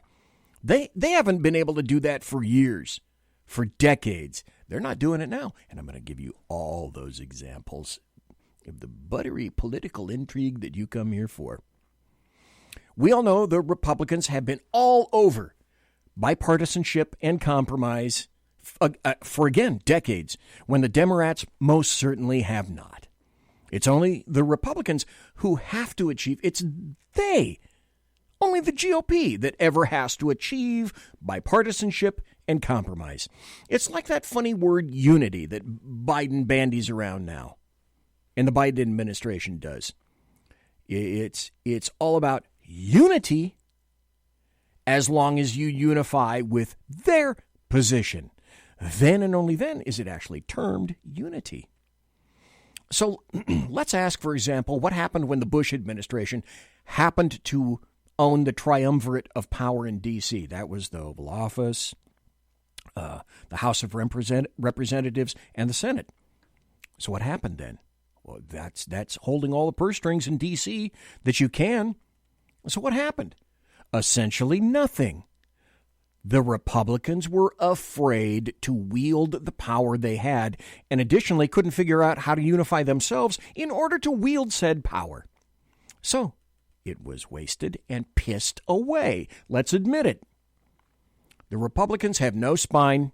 They're afraid to really utilize what power they may actually drop in front of their faces, however briefly. They're all aquiver with fright. The Republicans truly want to be loved and admired at all times. They also want to make sure that their donations don't dry up. Uh-oh. Looks like I may have a telephone call. Okay, unidentified caller, who are you, please? Unidentified caller, are you there? The line is open. You may speak if you wish. Okay, this is a buzzkill, so I got to go on. Got to motor on. The Republicans, like I said, they want to be loved and admired. But I think more importantly than that is they want to make sure that their donations don't dry up. Money is the blood upon which every politician sups. So as conservatives, we know that this is true. No matter how much we try to deny all this crap, it is true. Because what we have done, and I just thought about this today, what we have done is this. We've done a pretty admirable job of being the wife in a domestic abuse situation. Oh, I know he'll change. He said he will. He never has. But I know truly deep down he loves me. He didn't really mean to decapitate me. He says he loves me, so I'll just stick it out a little bit longer. Isn't that you? Hasn't that been you more than once? And then what happens is, boom, just like that, conservatives are back in the political hospital with fractures and lacerations and a massive political hospital bill, to which they then look to each other and say, how did we get here? I don't understand that. So let's examine some recent deeds and words when it comes to the Republican Party. And maybe you'll see what I mean and why I draw the conclusion I do. Well, one of the most recent illustrations involves the 10 Republicans, who I will name in great detail, who voted to impeach a second time now ex-President Trump, a civilian. So this is from NPR. Headline: These are the 10 Republicans who voted to impeach Trump. 10 Republicans crossed President Trump on Wednesday and voted to impeach him for incitement of insurrection. 10 out of 211 Republicans in the House is hardly an overwhelmingly bipartisan vote, and clearly most Republican sympathies still lie with Trump and his ardent base of followers. Roll with me on this. But the 10% represent something significant. The most members of a president's party to vote for his impeachment in U.S. history. Who are the 10? And they're this. Now, as I go through this, remember their names, because you're going to see these names again. And I'll tell you about some of them. The first one is Representative Liz Cheney, Wyoming's at-large district. Now, Trump won Wyoming 70% to 27%. She's the third-ranking leader in the House. So for her not to just vote in favor of impeachment, but also issue a stinging rebuke is quite the step. She was unequivocal in her statement, saying Trump summoned this mob, assembled the mob, and lit the flame of this attack. She called what Trump did the greatest betrayal of a U.S. president ever. Yeah, that's just a bit of hyperbole. Mike's going to Betty Bye. Mike, see you later. Thanks for being in chat. Number 2, Representative Tom Rice. You'll see this name again. South Carolina's 7th Congressional District. Now, people say this is something that no one saw coming. Tom Rice has served since 2013. He comes from a pretty pro-Trump district.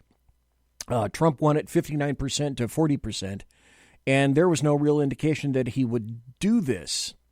So if you look at this stuff, this political junk, Twitter was actually booming with speculation that Rice had actually maybe even gotten his vote wrong. But not so. You'll hear his name again just in a bit. Third is Representative Dan Newhouse, Washington's 4th District.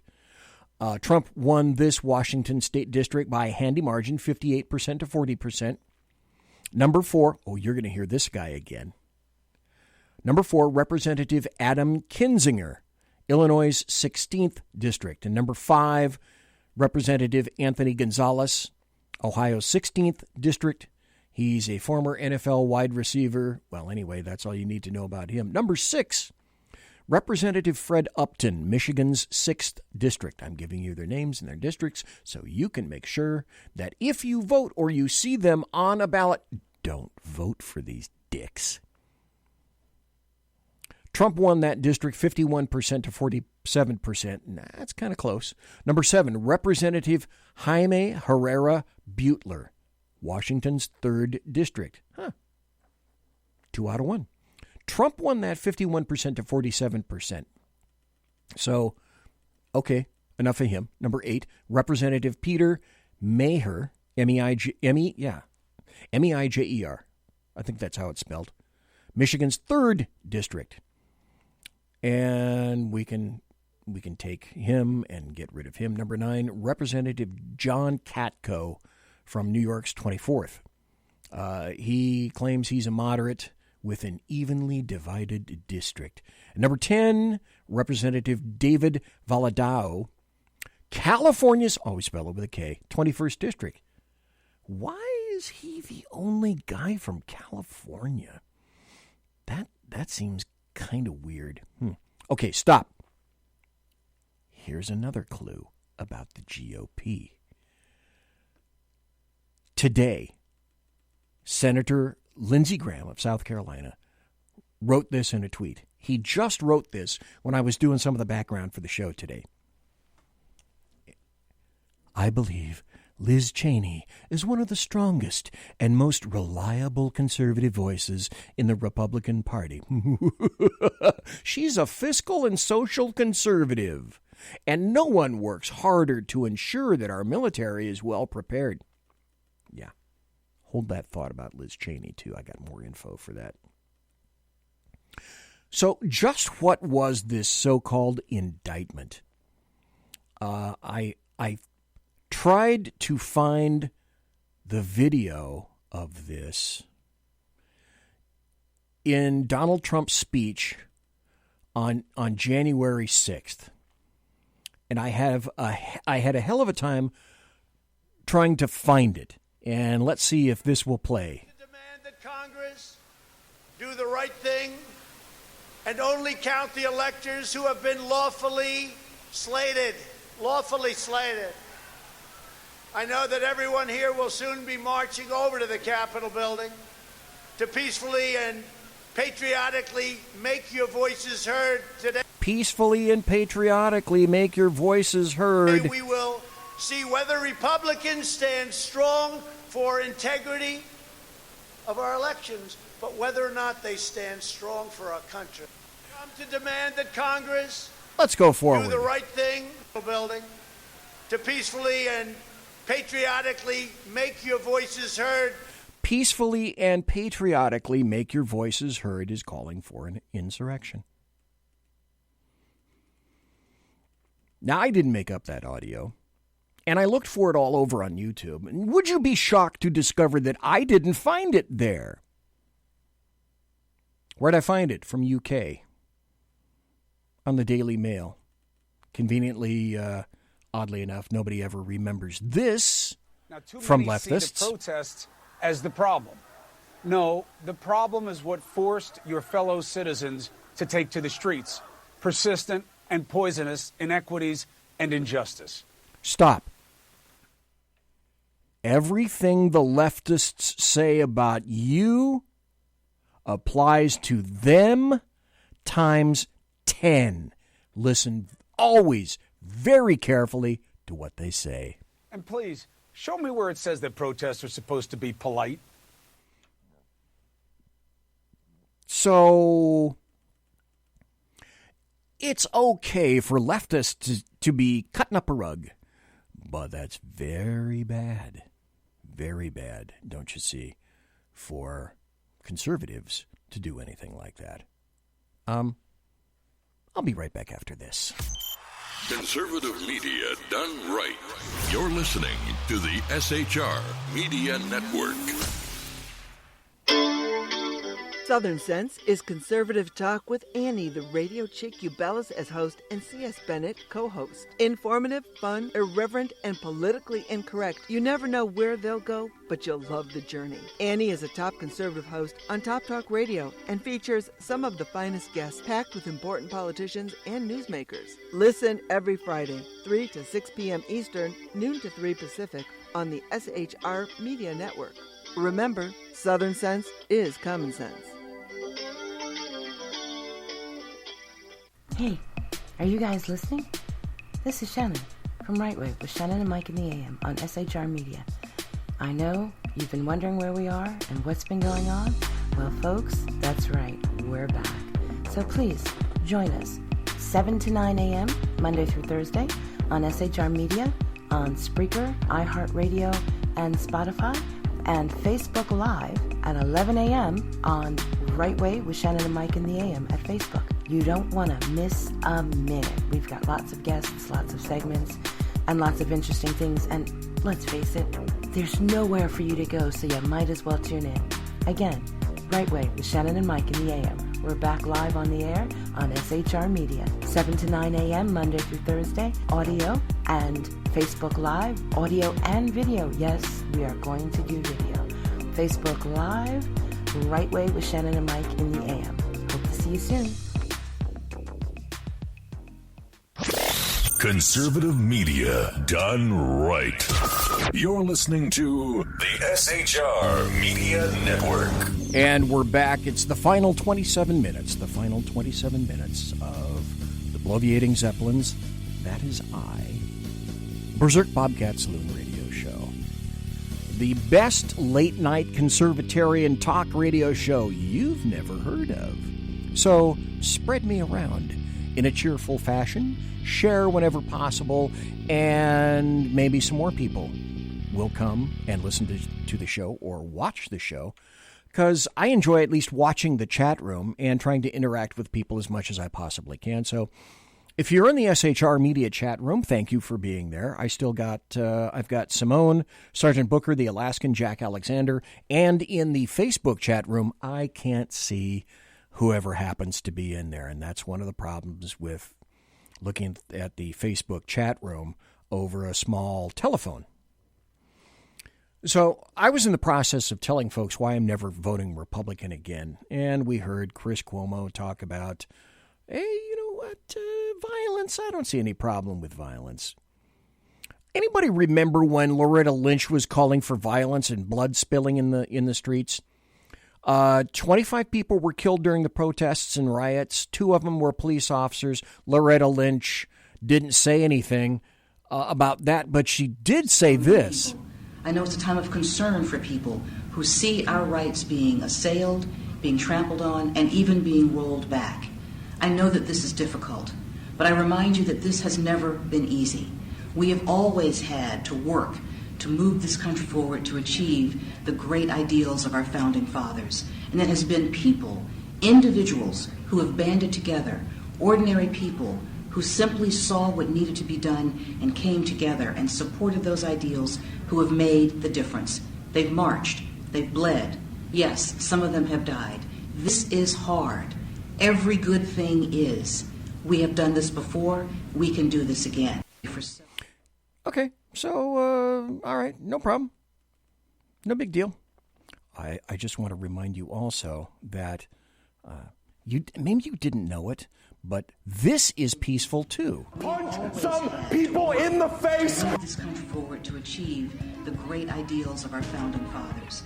And I said, no. I said, if we were in high school, I'd take him behind the gym and beat the hell out of him. I'd like to punch him in the face. When was the last time an actor assassinated a president? Is fight in Congress, fight in the courts, fight Tim in Kaine. the streets, fight online, fight at the ballot box. No problem if it's leftists burning I just cars. don't know why there aren't uprisings all over the country, and maybe there will be. Uprisings by leftists. Imagine that. Show me where it says that protests are supposed to be polite and peaceful. Smashing windows. Burning cars. burning buildings. They go low, we kick them. You know, there needs to be unrest in the streets for as long as there's unrest in our lives. So if that's not advocacy for violence... The biggest terror threat in this country is white men, most of them radicalized up to the right. Huh.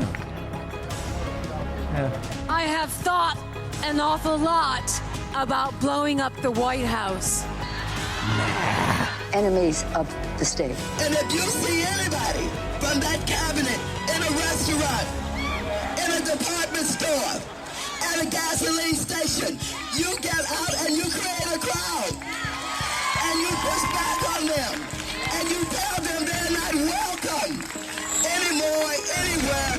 And sadly, the domestic enemies to our voting system and our honoring our Constitution are right at 1600 Pennsylvania Avenue. I will go and take Trump out tonight.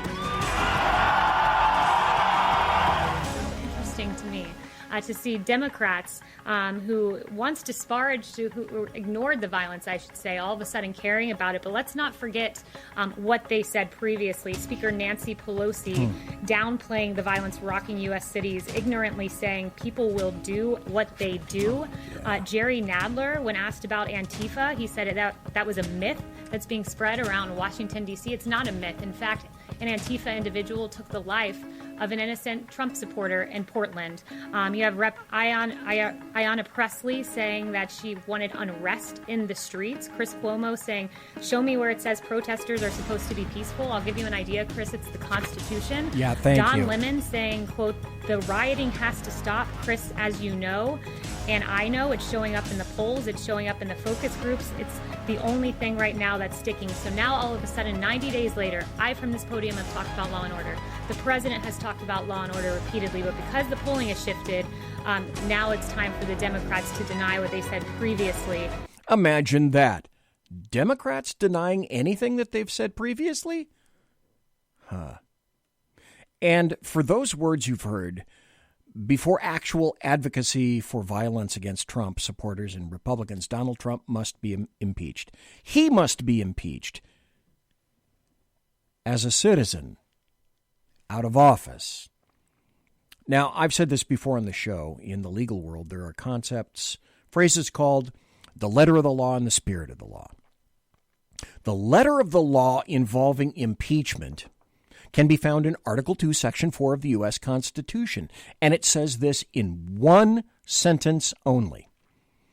The President, Vice President, and all civil officers of the United States shall be removed from office on impeachment for and conviction of treason, bribery, or other high crimes and misdemeanors.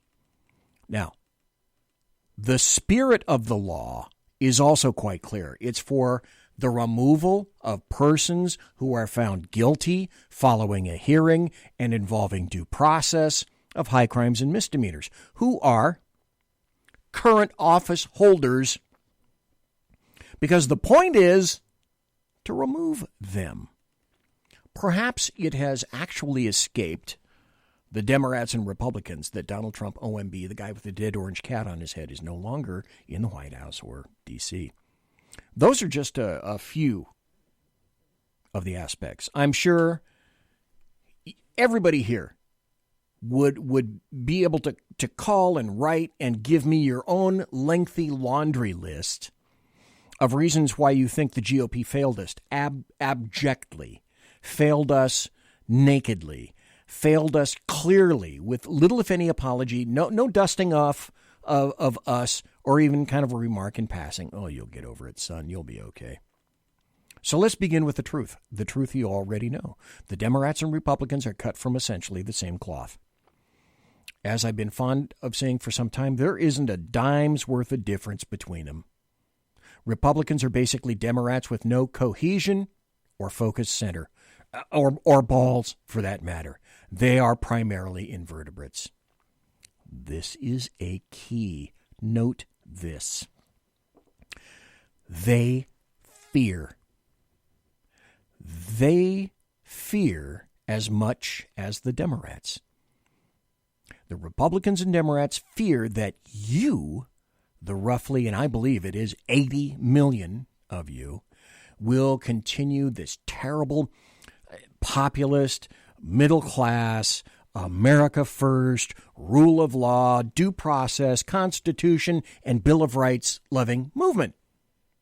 You evil, damned, white supremacist, extremist terrorists. They fear. They are afraid of you. Me, us. We have the power. If we can likewise, though, coalesce and beat the D.C. politicians at their own game. Hell, in 1 week, look at GameStop. Anybody have an analogy to make to that? I do. But here's the other thing you have to realize. Both sides want to shut you down. They want to weaken you. They want to marginalize you. They want to depersonalize you as much as humanly possible with a constant barrage of propaganda 24/7, 365. Why? 5 things. They fear the loss of each one of these. Obviously, power, control, money. But these 2 things are also very important to them. Prestige and access to everything else in D.C. It's that simple. You, the American taxpayer, you are now the enemy of government. They have as much as decreed it so. The National Guard, thousands who were there to defend them, had to be backgrounded. They're not trusted. What do you think is going on in the Secret Service right now? Well, they're not going to tell you about that, but I happen to know. Guess what's happening there, too? Because the Congress critters demanded that. Political reporter, Trump base, this is the deal. Grok this concept. Politico quotes, Trump base is getting stronger since he left office. Impeachment would only empower him. This was an article published on the 31st, just 3 days ago. I think there's a huge disconnect between Washington and the rest of the country. Former President Donald Trump has actually gained, not lost, political clout since leaving office, a political observer asserted on Friday. Politico reporter Tara Palmieri's observation runs contrary to the assumptions of many in the Washington, D.C. establishment and the mainstream media. Stop. I hope by now the curtains are beginning to part for you. People don't want to hear anything against Trump, Palmieri said during an appearance on MSNBC. Actually, the more he stays out of the media, the more that he becomes this martyr, this looming figure over the GOP, and I think that's true. I think that's absolutely correct. I think we, conservatives, have a lot more power than we even credit to ourselves. But here's the difference. The politicians and D.C., they know that. Obviously, the Democrats know that. So do the Republicans. That's the point. Now, Palmieri drew that conclusion after speaking with locals in the cowboy state about Cheney's vote to impeach Trump while covering an anti-Cheney rally led by Representative Matt Gaetz. I actually went out of my way to try to find somebody who would defend her, and I really could not, Palmieri told MSNBC. She didn't have that much name recognition considering she's a Cheney. I mean, I said her name at the hardware store and somebody shouted a threat. That's actually some funny shite right there. I don't care who you are. Then there was this. The overwhelming consensus that Palmieri heard from voters was that Cheney's vote for impeachment was not a vote for Wyoming, and therefore she's got to go. That's called a clue. Oh, wait, she's got to go. Absolutely. That is a clue. Now, let's transition over to this story from Breitbart. This was just earlier today. Liz Cheney censured by Republican parties in 10 Wyoming counties. Oh, wait a minute. If I had a producer, what you would have heard is Liz Cheney censured by Republican parties in 10 Wyoming counties.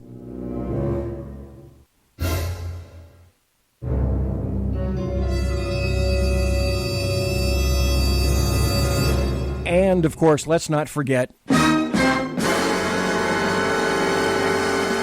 So, House Republican Conference Chair Liz Cheney has now been censured by Republican parties in 10 Wyoming counties. And that number could continue to climb, according to the Casper Star Tribune. Cheney has faced fierce backlash in Wyoming and Washington, D.C., since the lawmaker and 9 others voted in favor of impeaching President Donald Trump over the deadly January 6th Capitol Hill riots. Well, you already heard. You know what he said. I have it on video. Not here from the U.S. I had to go to the U.K. to get it, but you heard it. The resolution continued. This is interesting.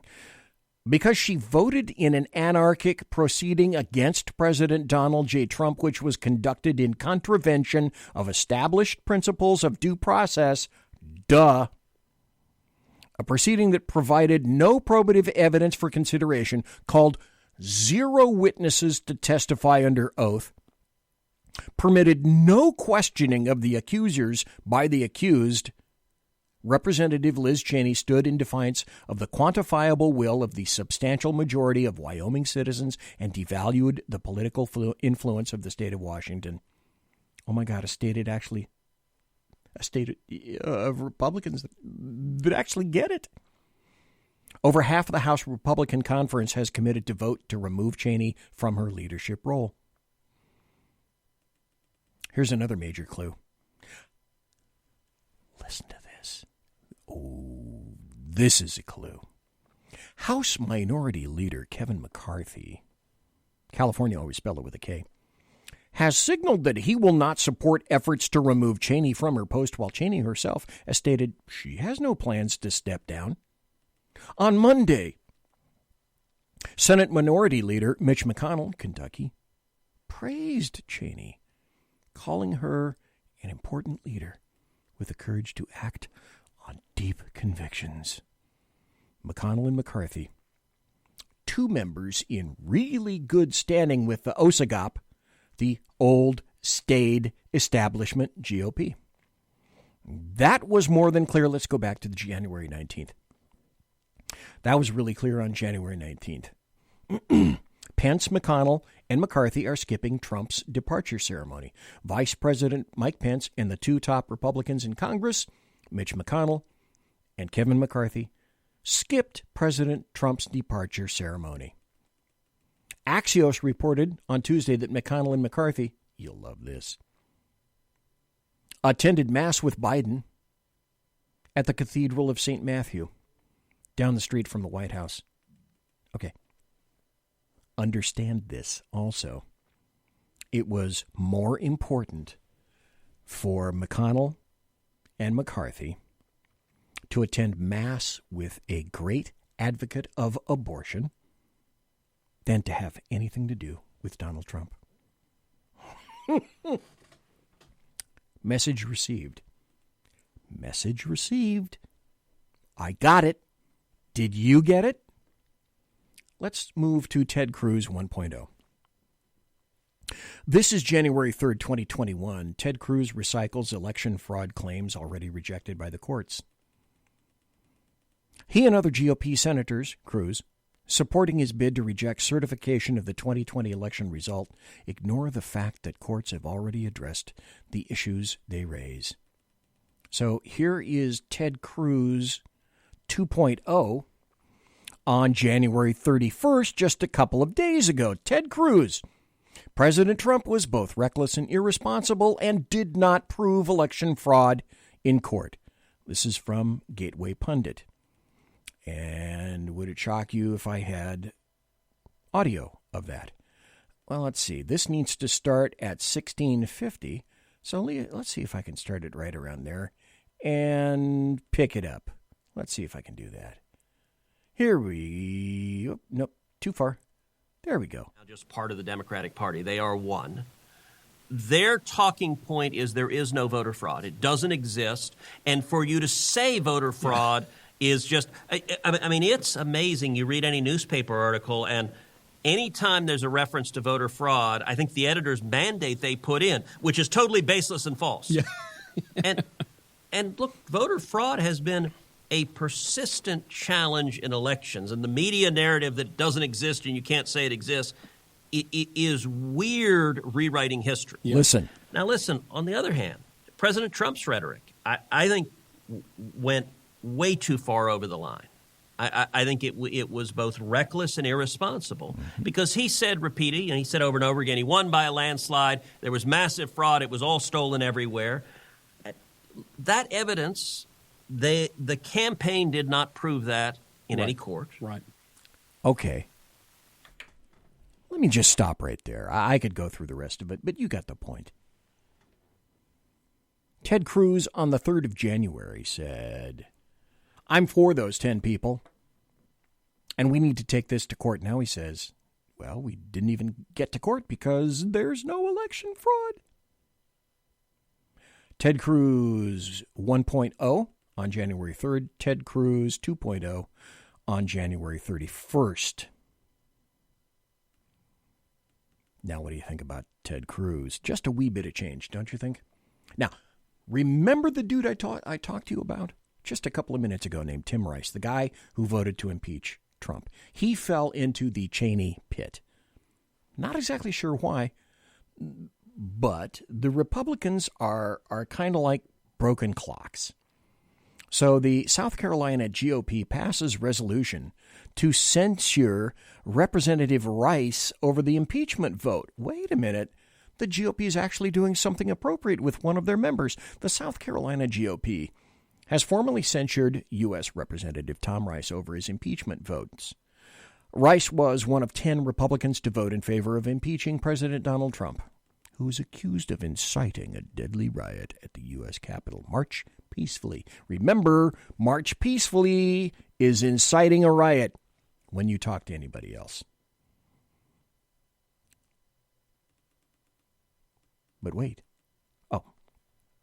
That was local. Don't people say that all politics is local, or just maybe, I don't know, maybe it's just some kind of an error? And who can possibly forget the doubling down on stupid thing, as is done, say, with Democrats and the coronavirus? I was going to have another coronavirus show. Since last week, even more stupid shit has occurred with coronavirus. So what you do, however, is when in doubt, do the exact same thing that you got that got your asses kicked to the curb in 2016, Republicans. Because this name should sound familiar again. Jeremy talked about this earlier. Jeremy Hansen on his show brought this to my attention. GOP Representative Kinzinger starts a PAC to resist his party's Trump embrace. This just occurred. This story just came out on the 31st, 3 days ago. Representative Adam Kinzinger was, in fact, one of the 10 Republicans who voted to impeach Trump. So, like all the other Republicans bouncing away from anything even remotely Trump-like, conjuring up visions of, like, rats fleeing the ship, that's not good enough. Oh, no. Now we need a super PAC or political action committee. Well, I did what you expect me to do. Why you listen to this show? I dug. I have the internet. I can find internet shit, too. The Country First, this is what it's called, the Country First PAC, is unveiled in a 6-minute video that was released Sunday. Sunday. I, again, played hell trying to get it, but I have the entire video for you. Let's listen. I'd like to make some comparisons, if that's okay with you. This is no time for silence. Not after the last month. No. Not after the past few years. Someone needs to tell the truth. Someone needs to say what history needs to hear. So here I am. The Republican Party has lost its way. The Republican Party lost its way before Trump. If we are to lead again, we need to muster the courage to remember who we are. We need to remember We're Romney. We're McCain. We're Flake. We're imbeciles. We believe in bipartisanship and compromise, and we fear when refuted, we pee our pants. Believe and why we believe it. Looking in the mirror can be hard. I know. The time has come to choose what kind of party we will be and what kind of future we'll fight to bring about. We need to be the Democrat Party. The choice is ours, and I've made mine. My name is Adam Kinzinger. I proudly serve the people of Illinois in Congress. I've served America in the Air Force, and I still BFD. That's like John McCain served. Okay, what did you do yesterday? serve as a lieutenant colonel in the Air National Guard, and I choose to renew the Republican Party. The GOP inspired me as a young boy to love and serve our country. And I'm not alone. Tens of millions of our fellow citizens have flocked to the Republican banner. They've been inspired by its unapologetic stand for freedom and the flag. Okay. They say they stand for freedom and the flag. Where is their support when Trump supporters are castigated and all of us lumped in as white supremacists, extremists, and terrorists? Adam? But today's Republican Party, it's not the one I joined. The GOP I signed up for was built on a foundation of principle, and it was filled with hope. Like Trump gave you, which is why Trump got elected. We believed a brighter future was just around the bend, and it is if you vote for conservatives, not Republicans. Fought tirelessly to get there. We stood for equal opportunity. Stop right there. I have to point this out. I pointed it out before, but it's from the domain of Captain Obvious, and that's this. Why did it get... I don't give a shit who you are. I don't give a shit about your paint job. Where you come from, if you're a conservative, I like you. So why did it take Trump, of all people, to open up the tent and say something similar to, what do you got to lose? Come on over and vote for me. And what they had to lose was unemployment. The best employment for blacks in 50 years. The best employment for Hispanics in 50 years. Why didn't the GOP do that every time they ran for president? 'Cause they're sackless. That's why. From the south side of Chicago deserves the same shot as a privileged kid from Highland Park. We knew that if we brought everyone into America's promise, we would unleash a new era of American progress and prosperity. You didn't. I just told you. But in recent years, we've forgotten our principles. Oh, yeah. The party that always spoke of a brighter tomorrow, it no longer does. It talks about a darker future instead. Does this shitstick not listen to the Democrat Party? Hope has given way to fear. Outrage has replaced opportunity. And the Republicans fear you. The Democrats fear you. Worst of all, our deep convictions are ignored. Right, like fundamental rights, like equality versus equity, like the sanctity of lawful American citizens, like the rule of law, like due process. Like the U.S. Constitution, like supporting the Bill of Rights, its first two very primary amendments, freedom of speech and the Second Amendment with regard to firearms. Where have you been, GOP, on that?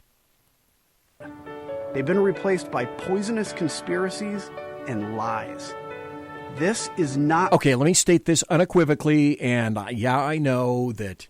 all of these people, Facebook and Spreaker and blah, blah, blah, can fuck off. The vote was stolen. And no one wants to investigate when there are videos and statements from witnesses who have been telling us for quite some time what's been going on. It's there in front of our eyes. No one is interested in looking because you cannot put the bull in the china shop back in for a second term because he's going to remove your power, your control, your cash, your access. and your ability to be with the best and finest people in all the cocktail parties on the weekends. The Republican road, and now we know exactly where this new and dangerous road leads. It leads to insurrection, an armed attack on Congress. Okay, stop again. Out of 75, I believe, 80 million Trump supporters, and we have all watched them over the period of 4 to 5 years, who's gone out of their way at these various rallies to clean up after themselves? That's right, the Trump supporters. Who broke into the Capitol? About 200 of these people. Were some of them possibly Trump supporters? Maybe. Some of them were also Antifa and anarchists who were there just to fuck with things. And every one of them who entered the Capitol illegally, including Brandon Strzok, that was a poor decision on his part. They all need to be arrested. And they were. And they will be.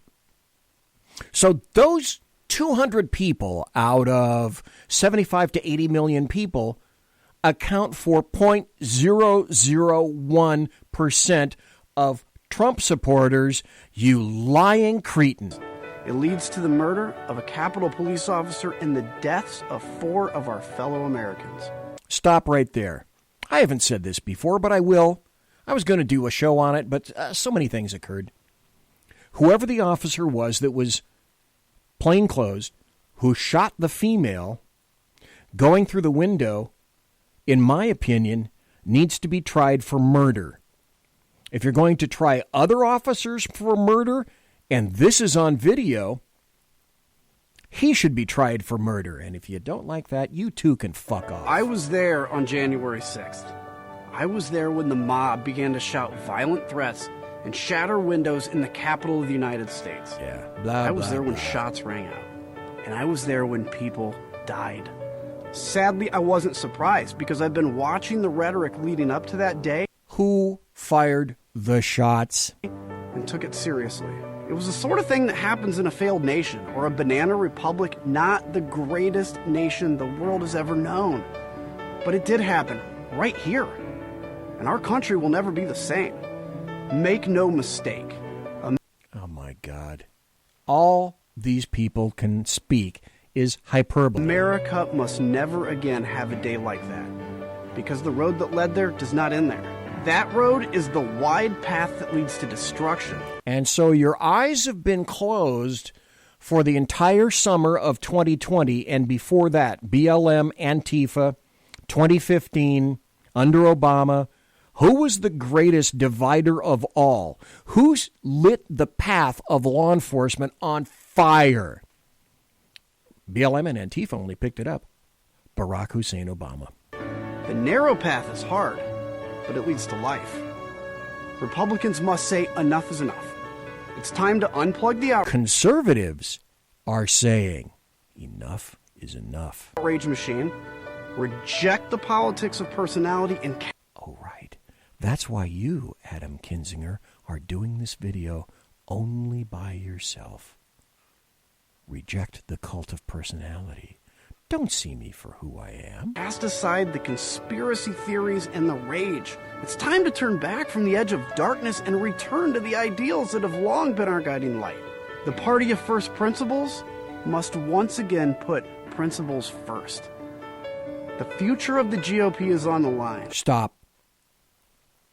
That is true. Any Republicans listening right now, it's late at night, or maybe you're listening in podcast. Again, you're not going to like what I say. The Republican Party is toast. And the only people responsible for putting it on the toaster and turning the coils up to 10 are the Republicans themselves. They only have themselves to blame. And what we do will determine where America goes from here. Will we prey on people's fears? Or will we draw... Oh, God. Who's preying on people's fears? Democrats. And this asshole. Upon their hopes. Will we feast on anger? Or will we summon better angels? Better angels. Republicans who were offended by the outsider who came in and showed us this is the way D.C. really works. This is how it functions against you, and has for years and years and decades. This guy wants you to take a big cup of shut the fuck up. Don't listen to what I'm... Just listen to these wonderful words and this lilting piano music. Will we join the left to take America backwards? Or will this Republican Party lead America forward and upwards? Who's going to lead it? Oh, I know. Mitt Romney. If we choose the right answer, then our country's future is truly unlimited. After all, we're the party that ended slavery. True. Secured women's suffrage. True. And won the war against communist tyranny. True. All of those are true. But then what happened? Now we must be the party that lifts up the rural town and the inner city. Wait. What have you been doing all these years? Who was the man of the middle class? Donald John Trump, OMB, the guy with the dead orange cat on his head. It wasn't the GOP. Not by a scintilla. We must be the party that empowers every student to soar and every family to thrive. So why haven't you insisted and screeched at the top of your lungs constantly, day after day, open up America, open up America? More people became infected in America on paper than any other venue. There's no problem we can't solve, no challenge we can't beat, and no foreign enemy we can't defeat. We need only remember what we stand for, and then we must stand together and stand our... Foreign enemy. What about domestic? Like you. Ground. The foundation of the Republican Party is as strong as ever. And so is the foundation of America itself. I was reminded of this truth. You know who's going to save America? You know who's going to save America? It's not shit sticks like this guy or the Republican Party. It's going to be people on a community level. It's going to be conservatives. It's going to be people who believe in the rule of law and all the other things that I've advocated. The middle class takes the burden for everything, including the rest of the planet. And we are the first to be discarded because you can go to hell. Over the past month. Yeah, it was one of the darkest months in our history. It certainly was the darkest in my lifetime. The attack on Congress shook the country to the core. But that evil act could not and will not shake the foundations of our freedom. Through it all, democracy held. Okay, stop with the democracy thing. All you're doing is posturing now. You're displaying social justice and... your peacock feathers are going up. I get it, dude. I get it. I really do. Where have you been? America held, and America endures. Our duty now is to preserve and expand the promise of America for future generations. You know what this is? This is a 6-minute video of virtue signaling, indicating that according to this guy, the Republican Party is going back to normal. What that means is we'll fillet you whenever you wish. We'll massage you in just the right areas. Because we want to compromise. We want to be involved with bipartisanship. And if the unity mentioned happens to be only one-way unity, well, just to get along and to be loved, we'll go ahead and do that. 6 minutes of virtue signaling. We must shore up the principles that are the source of our national strength. We must strengthen the land we love for the trials that lie ahead. The Republican Party was made for this challenge. Once again, we've been called by history. We can rise to meet... Stop. Do you know why you got your asses kicked in 2016? Because at least temporarily, people realized all this stuff is just verbal pablum. That's essentially all you spew, Republicans. If the Republican... let me say this. If the Republicans had an ounce of testosterone or fortitude and were not a pack of invertebrates, what they would have said and emphasized all last year and all now is pass a clear bill to help the citizens of the United States. Fuck the banks. Fuck the states. You ever notice that most of the people crowing for money from D.C. are the leftist states who have pissed it all away? Imagine that. Well, that's not very hard to imagine, is it? Okay, let's continue. At our moment, we can let it pass us by. Yeah. It is now or never. The choice is ours. I've made mine, and I hope every Republican and every American who shares our values will choose to join me. Let's take back our party, and let's build up our country, which God has blessed beyond any other. It'll mean we have to do some difficult things, but after all, history is highlighted by times like these, and we have yet to fail. We won't fail now, so let's do this together. Yes, remember, the Democrats like their scrotums tickled in just that certain way, and if you don't do it, you'll have to go back for training and regrooving. That's how you achieve bipartisanship and compromise and unity. So as far as you're concerned, here's what has to happen. You have to be crushed. Make no mistake. You have heard and seen all of the lies. 200 morons broke into the Capitol. Like I said, each one of those people who entered illegally should be arrested and likely will. You see the attempt to easily slide to one who the dividers really are? This is rich. This is rich. Kinzinger also criticized the leadership of House Minority Leader Kevin McCarthy, who initially said after the riot that Trump bears responsibility for the violence. But after meeting privately with the former president last week in Florida, McCarthy tweeted in support, united and ready to win in 22. Even McCarthy is insufficiently base for this keck. So even McCarthy isn't enough of a fellator for Kinzinger's tastes. Kinzinger also cited the GOP's efforts to remove Wyoming Representative Liz Cheney from the leadership team because she voted for Trump. Because in his estimation, we need more Liz Cheneys. So Mitch McConnell rears his OSAGOP head again. Mitch McConnell denounces Representative Marjorie Taylor Greene as a cancer on the GOP. This was yesterday. Senator decries loony lies of conspiracy theorists as Democrats move to strip her of committee assignments. Mitch McConnell denounced newly elected Representative Marjorie Taylor Greene on Monday, calling the far-right Georgia Republicans' embrace of conspiracy theories and loony lies a cancer for the Republican Party. That's why Hank Johnson keeps getting reelected too, isn't it? That's odd, McConnell. I don't recall you voting for her. Her own peeps did. But message received. I got it. Did you get it? Then the RNC chair weighed in.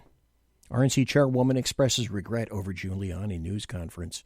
The chairwoman of the RNC, Ronna Romney McDaniel, hello, said in a new interview that she regrets letting former President Trump's lawyers, namely Rudy Giuliani and Sidney Powell, spread unproven claims about the 2020 election from the organization's headquarters.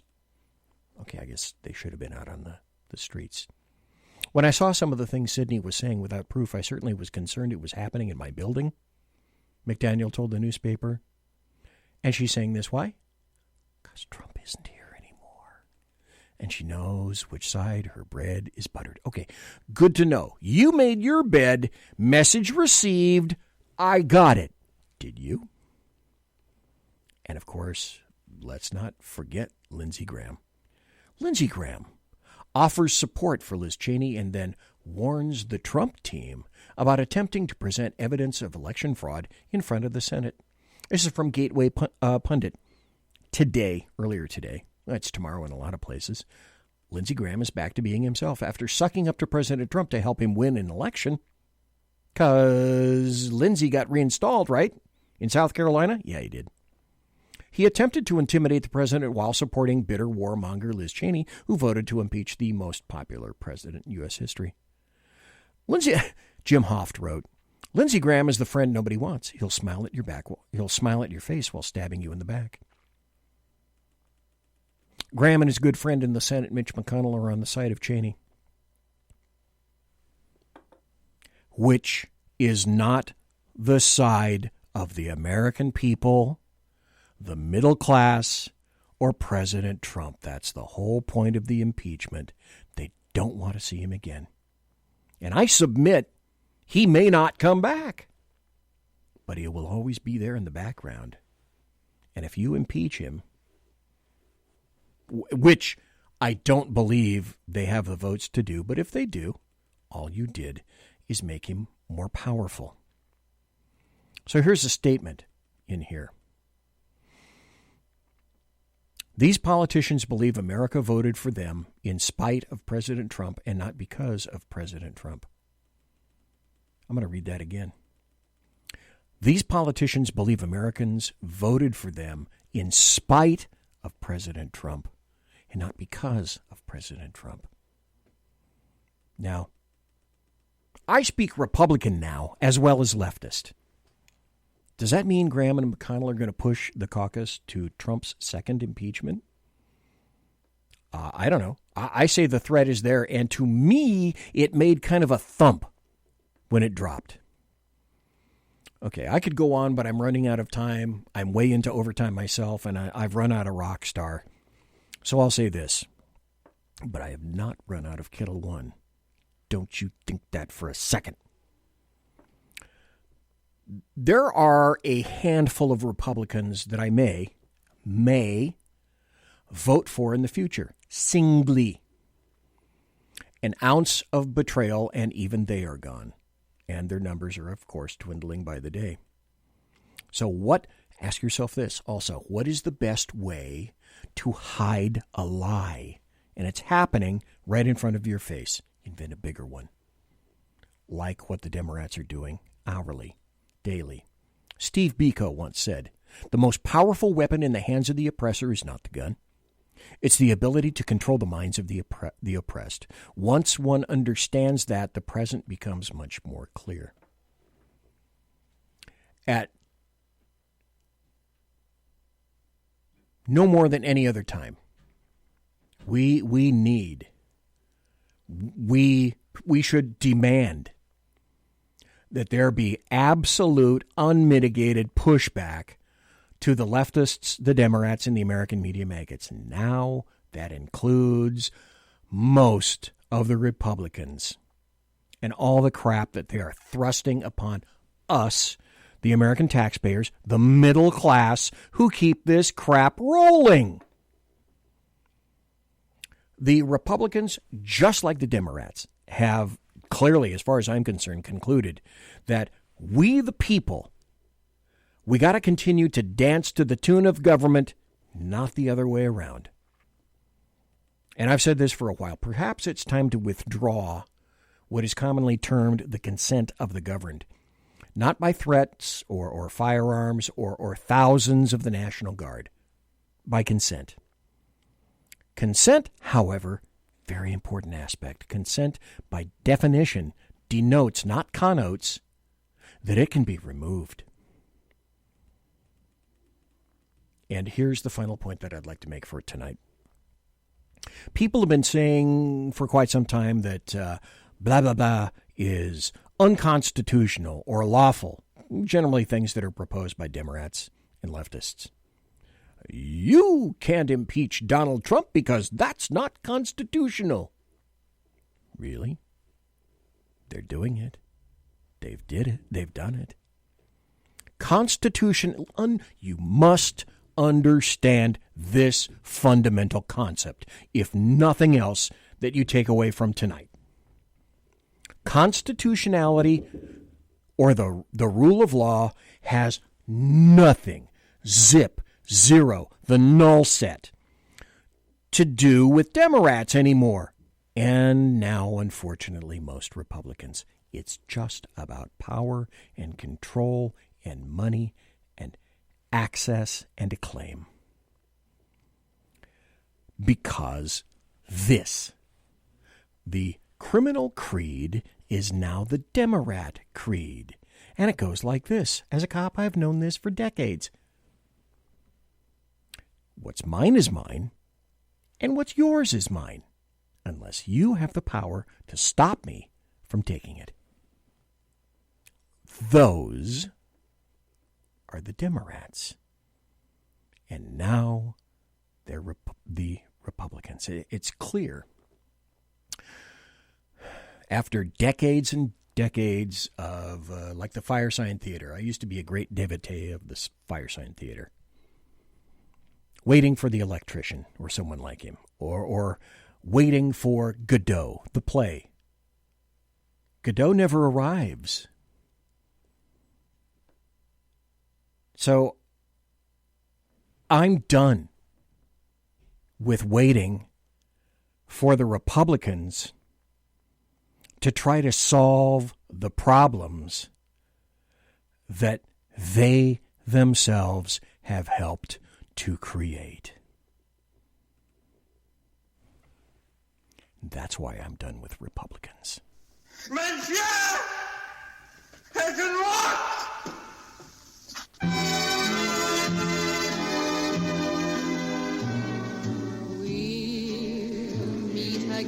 Ladies and gentlemen, boys and girls, children of all ages, thanks for listening to the Bloviating Zeppelin's Berserk Bobcat Saloon radio show, live and direct right here on the SHR Media Network. If you want to contact me, you can find me on Twitter at BZEP, at BZEP. I am really active there.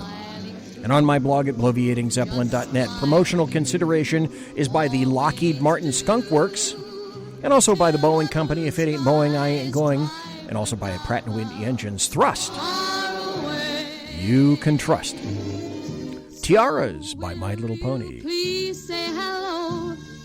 Thanks to my personal KC-135 Kettle One refueling team, with whom I will be consorting. Bank on it.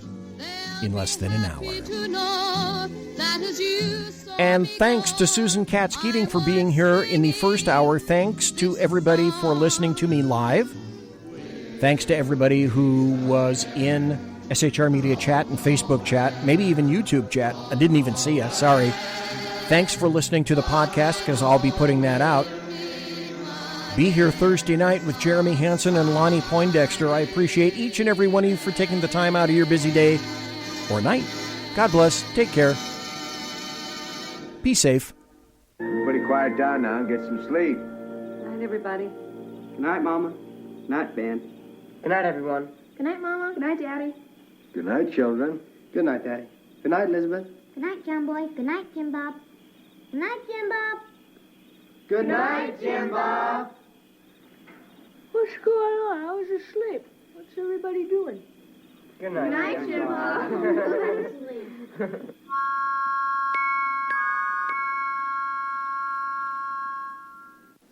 Good night and good luck.